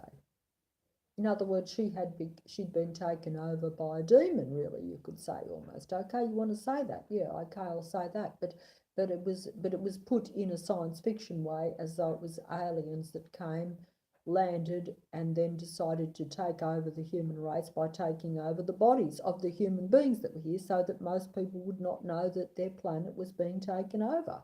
That's a good way to take over, isn't it? If I'm a human being and I let an entity come into me and I look like me, no one's going to know that I'm an alien, are they? They're going to think I'm just me, and they're going to plod along until gradually they infiltrate enough and expand and take over enough to where eventually they took over the world, you could say. That was the whole gist of the movie anyway. But he killed his wife for that because he couldn't force it out. He couldn't exercise or anything like that. Once the possession took over in this movie, I think that was it. I um, couldn't get the wife back. I'm not sure what happens to the actual spirit or the thing of the wife, but anyway, that was an interesting movie too. It just came to me. I just thought I'd throw it in there, but I don't think I put it in very well. Okay, so oh dear. So I think I'll close off here now. I could go on about a few other things, but look, just those movies. But every movie, that's why I say they're the Archon movie magic. All the movies are their message to you, but you don't know it's a message, showing you the reality, showing you your world, showing you what is, what has been, and what will be. And also what really goes on behind the scenes, you could say, because it's not just that it is actually in your reality. Some of those movies, if you mentioned They Live, The Matrix, Blade Runner, those movies, they could be a reality now, okay? They could be a reality now. In this my actual space that I'm sitting here now, those movies could be a reality. You know, you're not going to see Neo doing all his fancy stuff and all that. No, that is still the reality, but you're not going to see it. But you are going to see the reality that is shown to you in the movie that is your reality. That mind-controlled system where everything is orchestrated and everything is under control and everything is...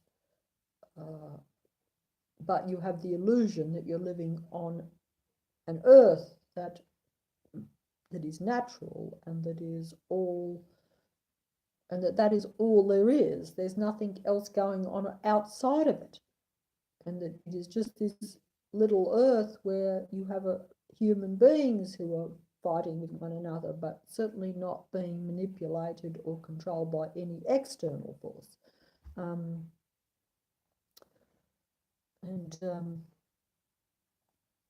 Yeah, so,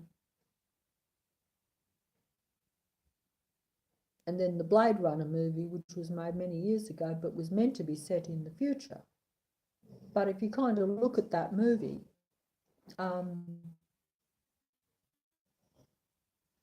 if you actually look at the movie, the first one, even though it was meant to be set in the future, yeah, okay, so they did have things flying through the sky and stuff, like different transport, shall we say, that they don't have right now. But apart from that, it just seemed like a big hustle and bustle, overcrowded city, really, in some ways. So I'll leave you to use your imagination with that yourself, you know, and the character and the characters in it. But like I say, it's all presenting you the truth. They are the Archon's way. The Archon God entity and his minions, or even the powers that be, whatever you want to describe it, that show you the true reality, hidden in plain sight, as I say. But, you know, they hope that you will not recognize it to be a reality, and they hope that you will just see it as a movie.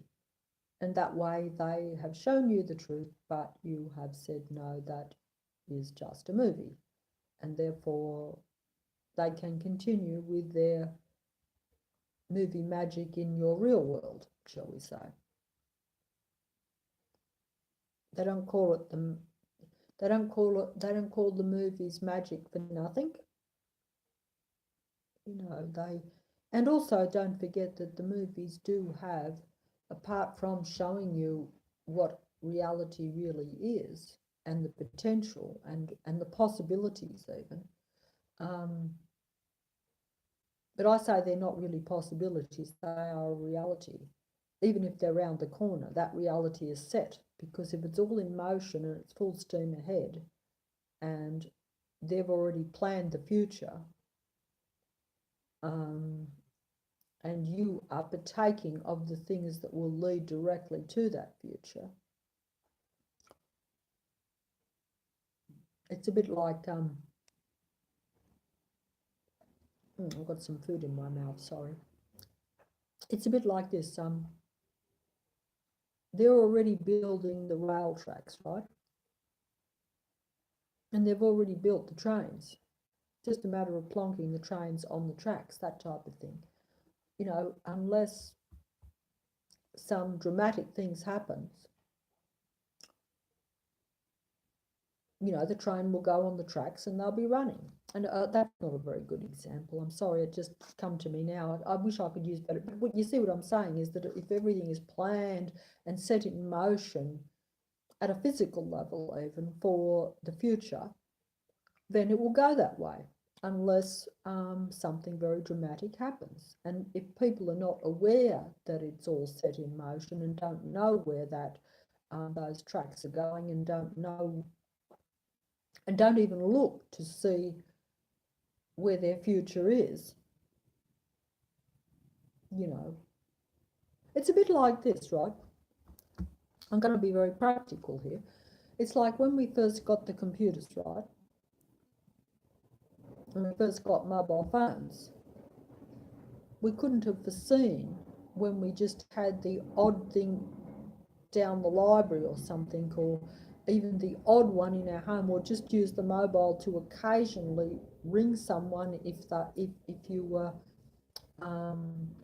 in an emergency and you were away from home and couldn't use your telephone or couldn't get to a public phone box. You know what I'm saying? We couldn't have foreseen that we would now be totally dictated our lives by these things. We couldn't have foreseen that we couldn't do our jobs without them, whereas we did before.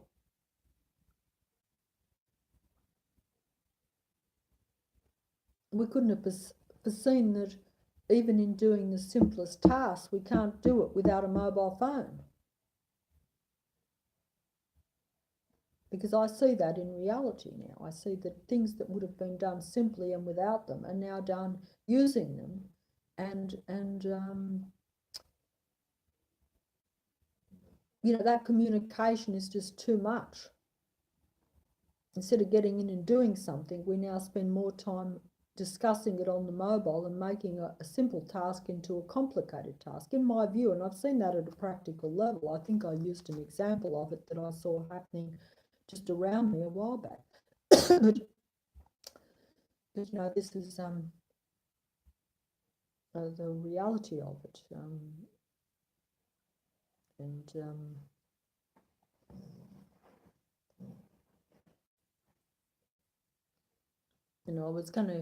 I wasn't going to use this example, but there was the example that happened, and I mentioned it to somebody too, the example of, the computers control the shopping centres and the groceries and the shopping, and the supermarket down the road was closed for a couple of hours because the computer system went down.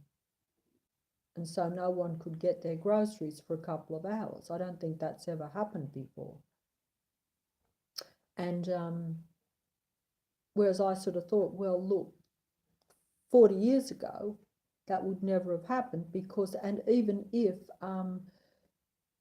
it couldn't have happened because you had your money and your tills, and So it wouldn't matter about computer systems going down, the store wouldn't be closed. You could still go in there and get your groceries and pay your money, and they'd open the till and give you the money. And of course, that's not even a possibility now, you see. So they don't even have that as an alternative. It's not like you've just got where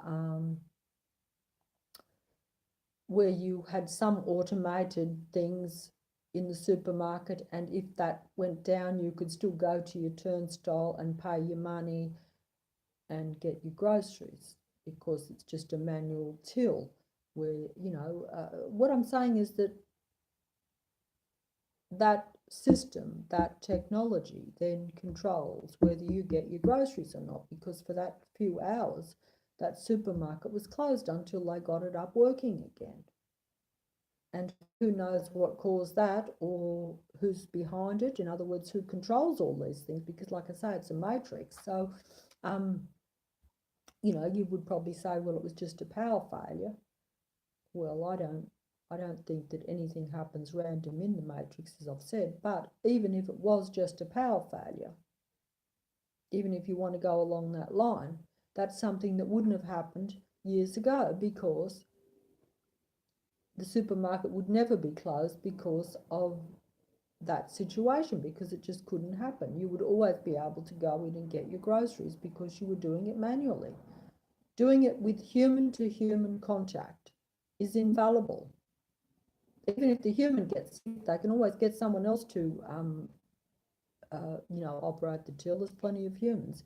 But if the system breaks down, then it doesn't matter how many humans you've got, you can't get your groceries, because you can't even pay cash. Even if you've got cash, you can't go into the supermarket now and pay cash to get your groceries if that system comes down. It's all automated. You see, it's all technology. You see what I'm saying? So the technology controls the humans. We don't control the technology controls us. That's just an example of it. I couldn't get my groceries because of the technology. Doesn't matter if I got $1 million in the bank, I couldn't get my groceries. So, it's just a way of putting it, But anyway, I'm a bit exhausted, and I'm sure I've rambled, and I think this is probably the worst one that I've done. My throat's very sore, and I don't think that that was supposed to be my best one with the movies, because I think the movies are so interesting, and if I had been able to maybe show pictures of the movies, or show pictures of the movies and point out specific things with the movies, that might have been a lot better video, and you might have got what I'm saying more. But what I will say is, forget about me, just go and watch all those movies. And every time you're watching a movie, in fact, if you want to know what's going on, enjoy yourself a little bit, but go and watch all your movies and even your TV shows, especially the later ones, I would think, because I'm hearing that some of them are very diabolical, to say the least. But that is what is. The movies, the magic of movies shows you the truth. It is the Archon's movie magic. The movies are made by the Matrix, by the Archons, okay? By their system, they get the humans to create these movies, but they give the humans the information. And create a good script around the truth to entertain you, and hopefully show you the truth without realizing that you are seeing reality. That is the magic of the movies, and the magic of the Archon's world that they have. This is their magical, naughty world, I would say. But that's how I see it anyway. But either way, watch the movies and certainly analyse them and try to take them in, and see if you can't see that there's possibilities there, even if you think that I'm taking it too far, which I think most people probably would. But I do personally think that they show nothing but the truth. And and that is how they do it. That is all part of their game, their magical game, their magical world, where you think that what is false is real and what you think is real is false, like the movies. That is their game of master game of deception, which they've been pulling off for a long, long time and will continue to pull off, unless you choose to look at what they themselves show you.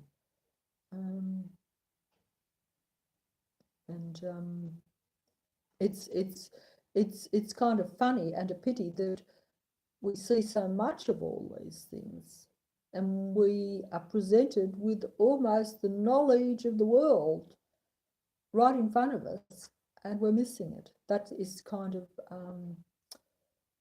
it would be so easy. In other words, we don't have to do anything. It's all presented there for us. If we just sort of said, hey, maybe this is the real world, this is the truth. How easy. I'll just go and see a few movies and I'll know what it's all about. I don't have to stress and worry about things. Of course, it might be a little bit, it will be a bit of a stress and a worry when you see some of it, because you will have to say, hey, I have to accept that there's a little bit more going on in this world than what I would have thought was humanly or even inhumanly possible. But for those of you who are younger and who are stronger and who might enjoy being in a fantastically ridiculous, insane world, you might just be able to entertain it all and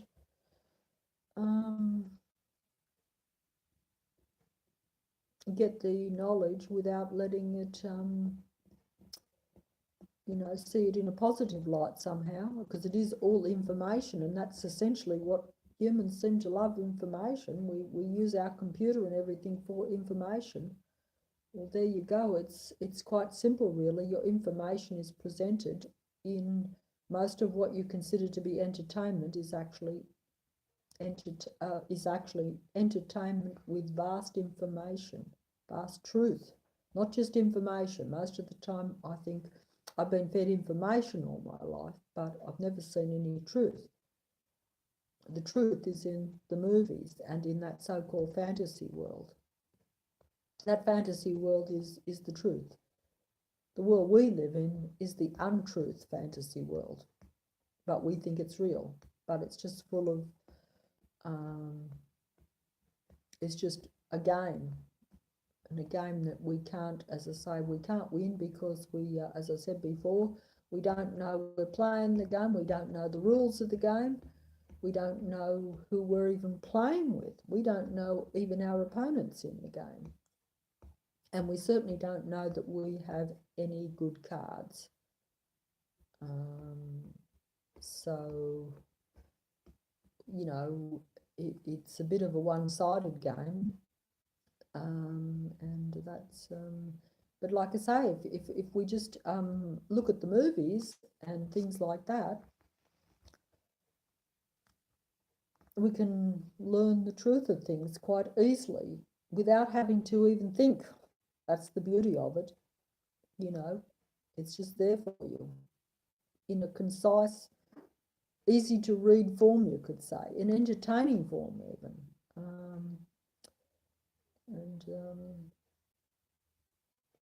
No effort is required apart from a bit of concentration, and perhaps instead of saying you're suspending your belief, like they say, yes, you actually say, hey, this is real. Just say, this is real, this is the possibility. And then look around and say, could this be true? That will be the hard part, to compare it with your reality and say, can this possibly be true? That will be the hard part, because, as I said before, unless the matrix exposes itself to you, as it has to me, or unless you are really searching for the truth and you already acknowledge that things are not what they appear to be and you've actually come to that conclusion, um, then yeah, it might be still hard for you to accept that that is actually a reality. But like I say, if you look at those movies and you actually say, well, if I was in that movie, if I was in the Matrix movie and I was actually in the world while I was in that Matrix movie, yes, I would think that Matrix is real. I wouldn't be able to distinguish all the different people. I wouldn't be able to distinguish who was um, for me, against me, or who was this. You wouldn't be able to. And this is the world. You can't distinguish. And especially while our senses are down really low, while like in They Live, we don't have the sunglasses to put on to see the manipulation, even at the advertising level, shall we say, we don't even see that. We acknowledge that it's probably true some of the time, but we're still, it's just all a subconscious thing. Everything goes in subconsciously, and it's we don't have those sunglasses to be able to look at the reality around and say, hey, that sign says something different to what it appears to say. Like in that movie, we don't do that. But it is possible to do it if you become aware of it. It is actually possible then to look even at an advertisement and say, well, yes, I see the ad, but I also see other things in that ad. And I see what they're getting at, and I see what they're trying to make me think about something. This requires a bit of effort. But if you really concentrate on, instead of just taking the ad in at a subconscious level, which is like the idea is to take it in subconsciously and then to either go and buy something that you don't want, or more importantly, because I think it's more important rather than even what you buy, because it may not really matter if you buy one brand of something or another, or if you're going to buy. I mean, it might in the sense that you waste your money, but it's more that there are other messages sometimes that they're telling you with these ads. It's changing your mind. It gives you your perception of your world. Like I say, like the same as with a lot of the, see, even with the movies and TV and stuff, it is telling you the truth, but they don't give it to you for that reason. The Matrix gives you the movies and the TV and stuff to entertain you at a basic level, whilst changing your mind about things, whilst conditioning you to think a certain way about things, whilst at the same time basically showing you bottom line truths that you totally miss. You take in the other two things most of the time, but you don't take in the one good thing that you could get from these if you looked at those movies and said, hey, this is really showing me the truth. Now, some people might even watch some of these movies and say, hey, yes, that movie is warning about too much technology. That movie is showing. In fact, all those movies, basically, They Live, The Matrix, Prometheus, and Blade Runner, in some ways, all of those movies are showing the danger of human beings going down an artificial path, a technology path. They actually do show that. They show a world that is not your real world, and a world that, whether you want to be part of that sort of world or not is up to us. But they do show you the dangers of it all and the potential. And if you look at all those movies, there's a lot of negative side to them. There really is. In fact, I don't look at any of those movies and see any positive side, but some people might. They might say, oh, well, that might be fun to live in that world. That's because they're taking it too lightly, I think. That's what I would say. I would say if you think those worlds are fun worlds to be in, I think you're taking reality too lightly. And I don't think it would be fun to be in, really, but that's just me. And in fact, not only do I not think it's fun to be in it, I know it's not, because we are in it. And it is not fun. And it is not what we're meant to be. and it's no progress at all. It's living in a negative, unhealthy, degenerative way in every possible way, and there's no happiness for it, none at all. I don't know why anyone would think that any of these realities, including the one we're in, is any good. I don't see it that way. But maybe my situation, because like I say, if the matrix comes really down on you and you're sick and you're seeing all this closed in world, this this matrix coming right round you to where you're restricted, and it's not a free reality like you even thought, and like there's still some potential for that, and that's the delusion, is that some people are allowed to be given the illusion of freedom. That way they don't wake up till it's too late. That's the whole idea, you see. You know, that is the idea. Whereas others, because others, if they are not allowed even that illusion of freedom anymore, because they are on the verge of waking up and raising the vibration, so therefore it does affect the matrix. Whereas if they let you have the world where you think you're free and it's great and it's a good world, that is because you don't pose a threat to actually rocking the boat of the matrix at the present time. But eventually the matrix will be exposed to you too, and you will realise that you're not in a free, easygoing, natural world, that you're in a technologically controlled matrix. But by that time it will be probably, you know, close the gate. The gate will have been closed, you know, because that's just how it works, I think, you know, putting it bluntly, you know, because that's how it has to work to keep going, you know. Anyway, that's it. I'm sorry if I didn't get that across very well. I was hoping to make a better video this time, but I don't feel that I have once again. And you must have great patience to even listen for a little bit. Most of you have long since gone to bed or dozed off by this time. I don't blame you, because I'm just not this. I don't even want to make videos because I shouldn't have to. I should just be living my life.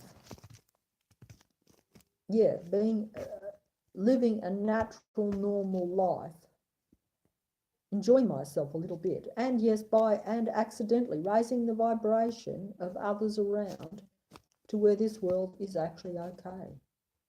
But instead, you know, I'm making, you know, stressfully making videos, and you know, the only thing that I think is good about it is that if someone else gets something a little bit out of it, or even to say, well, look, there's still a few of us still going, but hey, I don't think I'm a very inspirational example for that. You know, some people are. I've watched videos where people actually, I sort of say, well, that person knows what's going on, but they're not letting it get them down. They're positive still, you know, whereas I don't know if I'm always putting that positive thing. I'm saying that the potential is there, and that is the sad thing. So if you're one of those people that can be positive and can raise that vibration and know things, but change the vibration, use it to your advantage, and use the knowledge and the information to where you feel good, to where you're like, hey, I was in the dark before, and now, hey, I see the truth. This is great. At least I now know what things are. I'm a bit more advanced human being, without letting it get you down. Then that's a good thing. And so don't take everything I say to be negative, because your circumstances might not be the same as mine either. That's another thing, because if my circumstances were slightly better and I saw the truth, I could deal with it much better and still perhaps live a bit of a life. And I think this is the secret. You must, despite what you know, go out there and be positive, but also be aware. And, you know, because it's one thing to be positive, but that doesn't mean, I think that it's very important that we don't ignore any changes that happen. If you have any potential to change something, if you can, particularly if you're in a position where you can change something, or if you see something that is about to change and you think it's not a good thing, by all means, the only way that we can, like I say, we need to go back in order to go forward. We have to go back in order to go forward. We have to let go of the technology if we can. Use it while we can at the moment to communicate or whatever, but it is definitely not the way for the future for the human race to advance itself and to survive. This is what I think. And I do not see any benefits to it, even if the scenario I'm painting is a little bit too bleak. I personally still do not see any advantages in the technology. It is a convenience, and we are addicted to it, and we think we need it. We think it saves us time. All it does is stop us from thinking. It might save you time, but if you're letting that device think for you, you're losing your mind. You see? You're thinking, I'm losing mind. Yeah, well, that's fair enough. Okay, I get that. I get that. I get that there's going to be two perspectives. Either I'm losing my mind and I'm not worth listening, which is fair enough, or yes, they are taking your mind from you by doing that, saving you time and getting you to play more on their device, and the device does the thinking for you. So what thinking are you doing? Yeah, you're saving time, but are you even living and being happy and raising your vibration or doing anything? Or are you just saving time to operate more for the matrix so they can get you doing something else? That's what I see when I see people using all the devices. That their time is deliberately being made limited by the matrix, and so therefore they have to use the technology to try to save more time so they don't have to think, and so they can do something quicker instead of relaxing and doing things in their own time and space and enjoying it all. you know And we actually at times think we're enjoying pressing all these buttons and playing with the devices. And sure, yes, you can get addicted that way too, but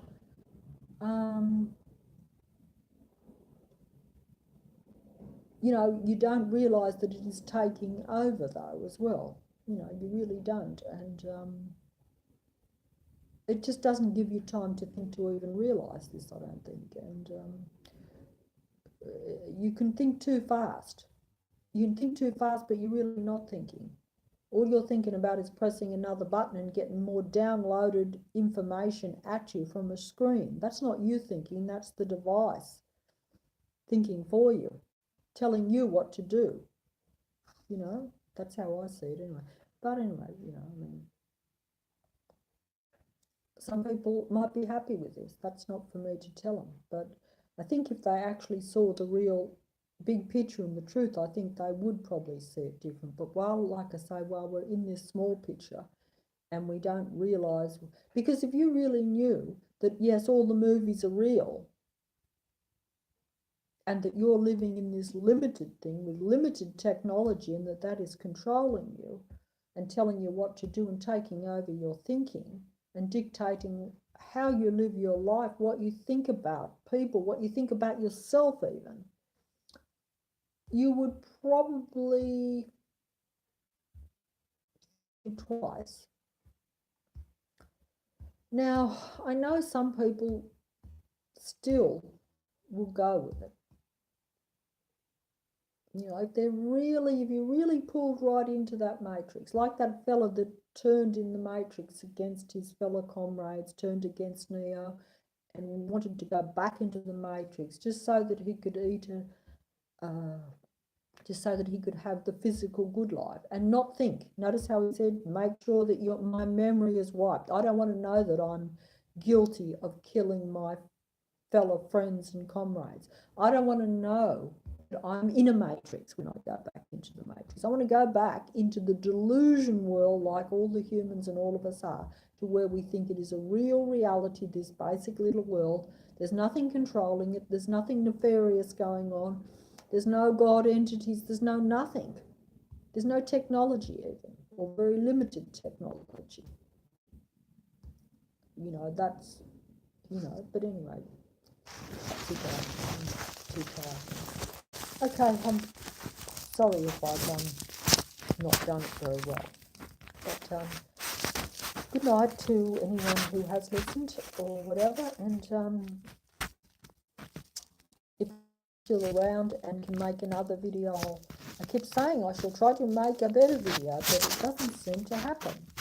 It's just because I'm just not very good, and my thinking, I might know what I've got the concepts, as I've said before, but also I'm not very good on the details, because I don't think the details don't matter to me so much. If I accept something to be true, I believe it to be true. I don't have to have every detail. I have enough details to convince myself and to know my own reality, to see with my own eyes. This is essentially, for me, it's like I see things with my own eyes. The rest I get from other people and from yes, from the movies and stuff. I piece it together, but I still see, you still will have to see a certain amount in your own reality with your own eyes to believe any of this to be true. I think this is how, that's the main problem in getting past seeing the matrix, seeing the deception, seeing that you're living in a fantasy world. The main thing is, if you can see it in your reality a little bit to where you have got things wrong, and accept that you've got things wrong, and that your whole life has been pretty much a lie, really. That's what I've had to accept. But I've been forced to accept it, and I still would go back here. I would probably, quite honestly, go back into that delusional fantasy world if it was presented to me now, like that fella in the Matrix, if I really could. And that would be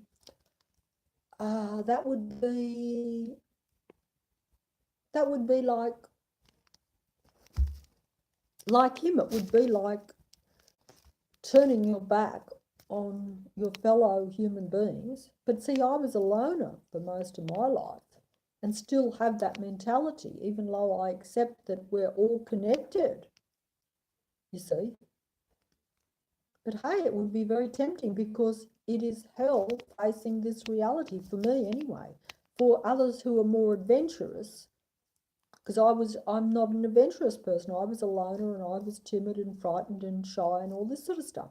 So, yeah, you know, for the more adventurous, or even what I would have called the average person, because I always thought, hey, the average person is more normal and more adventurous than me, then they should be able to deal with this and even see it in a positive light. Because why would you want to not know the truth? Why would you want to not know the secrets of the universe, almost, you could say? But some people still, yes, because it is a bit frightening, want to go back to the Matrix in the dark, not know what is around them, not know what's going on, comfortable in their oblivion. They're about to be taken down.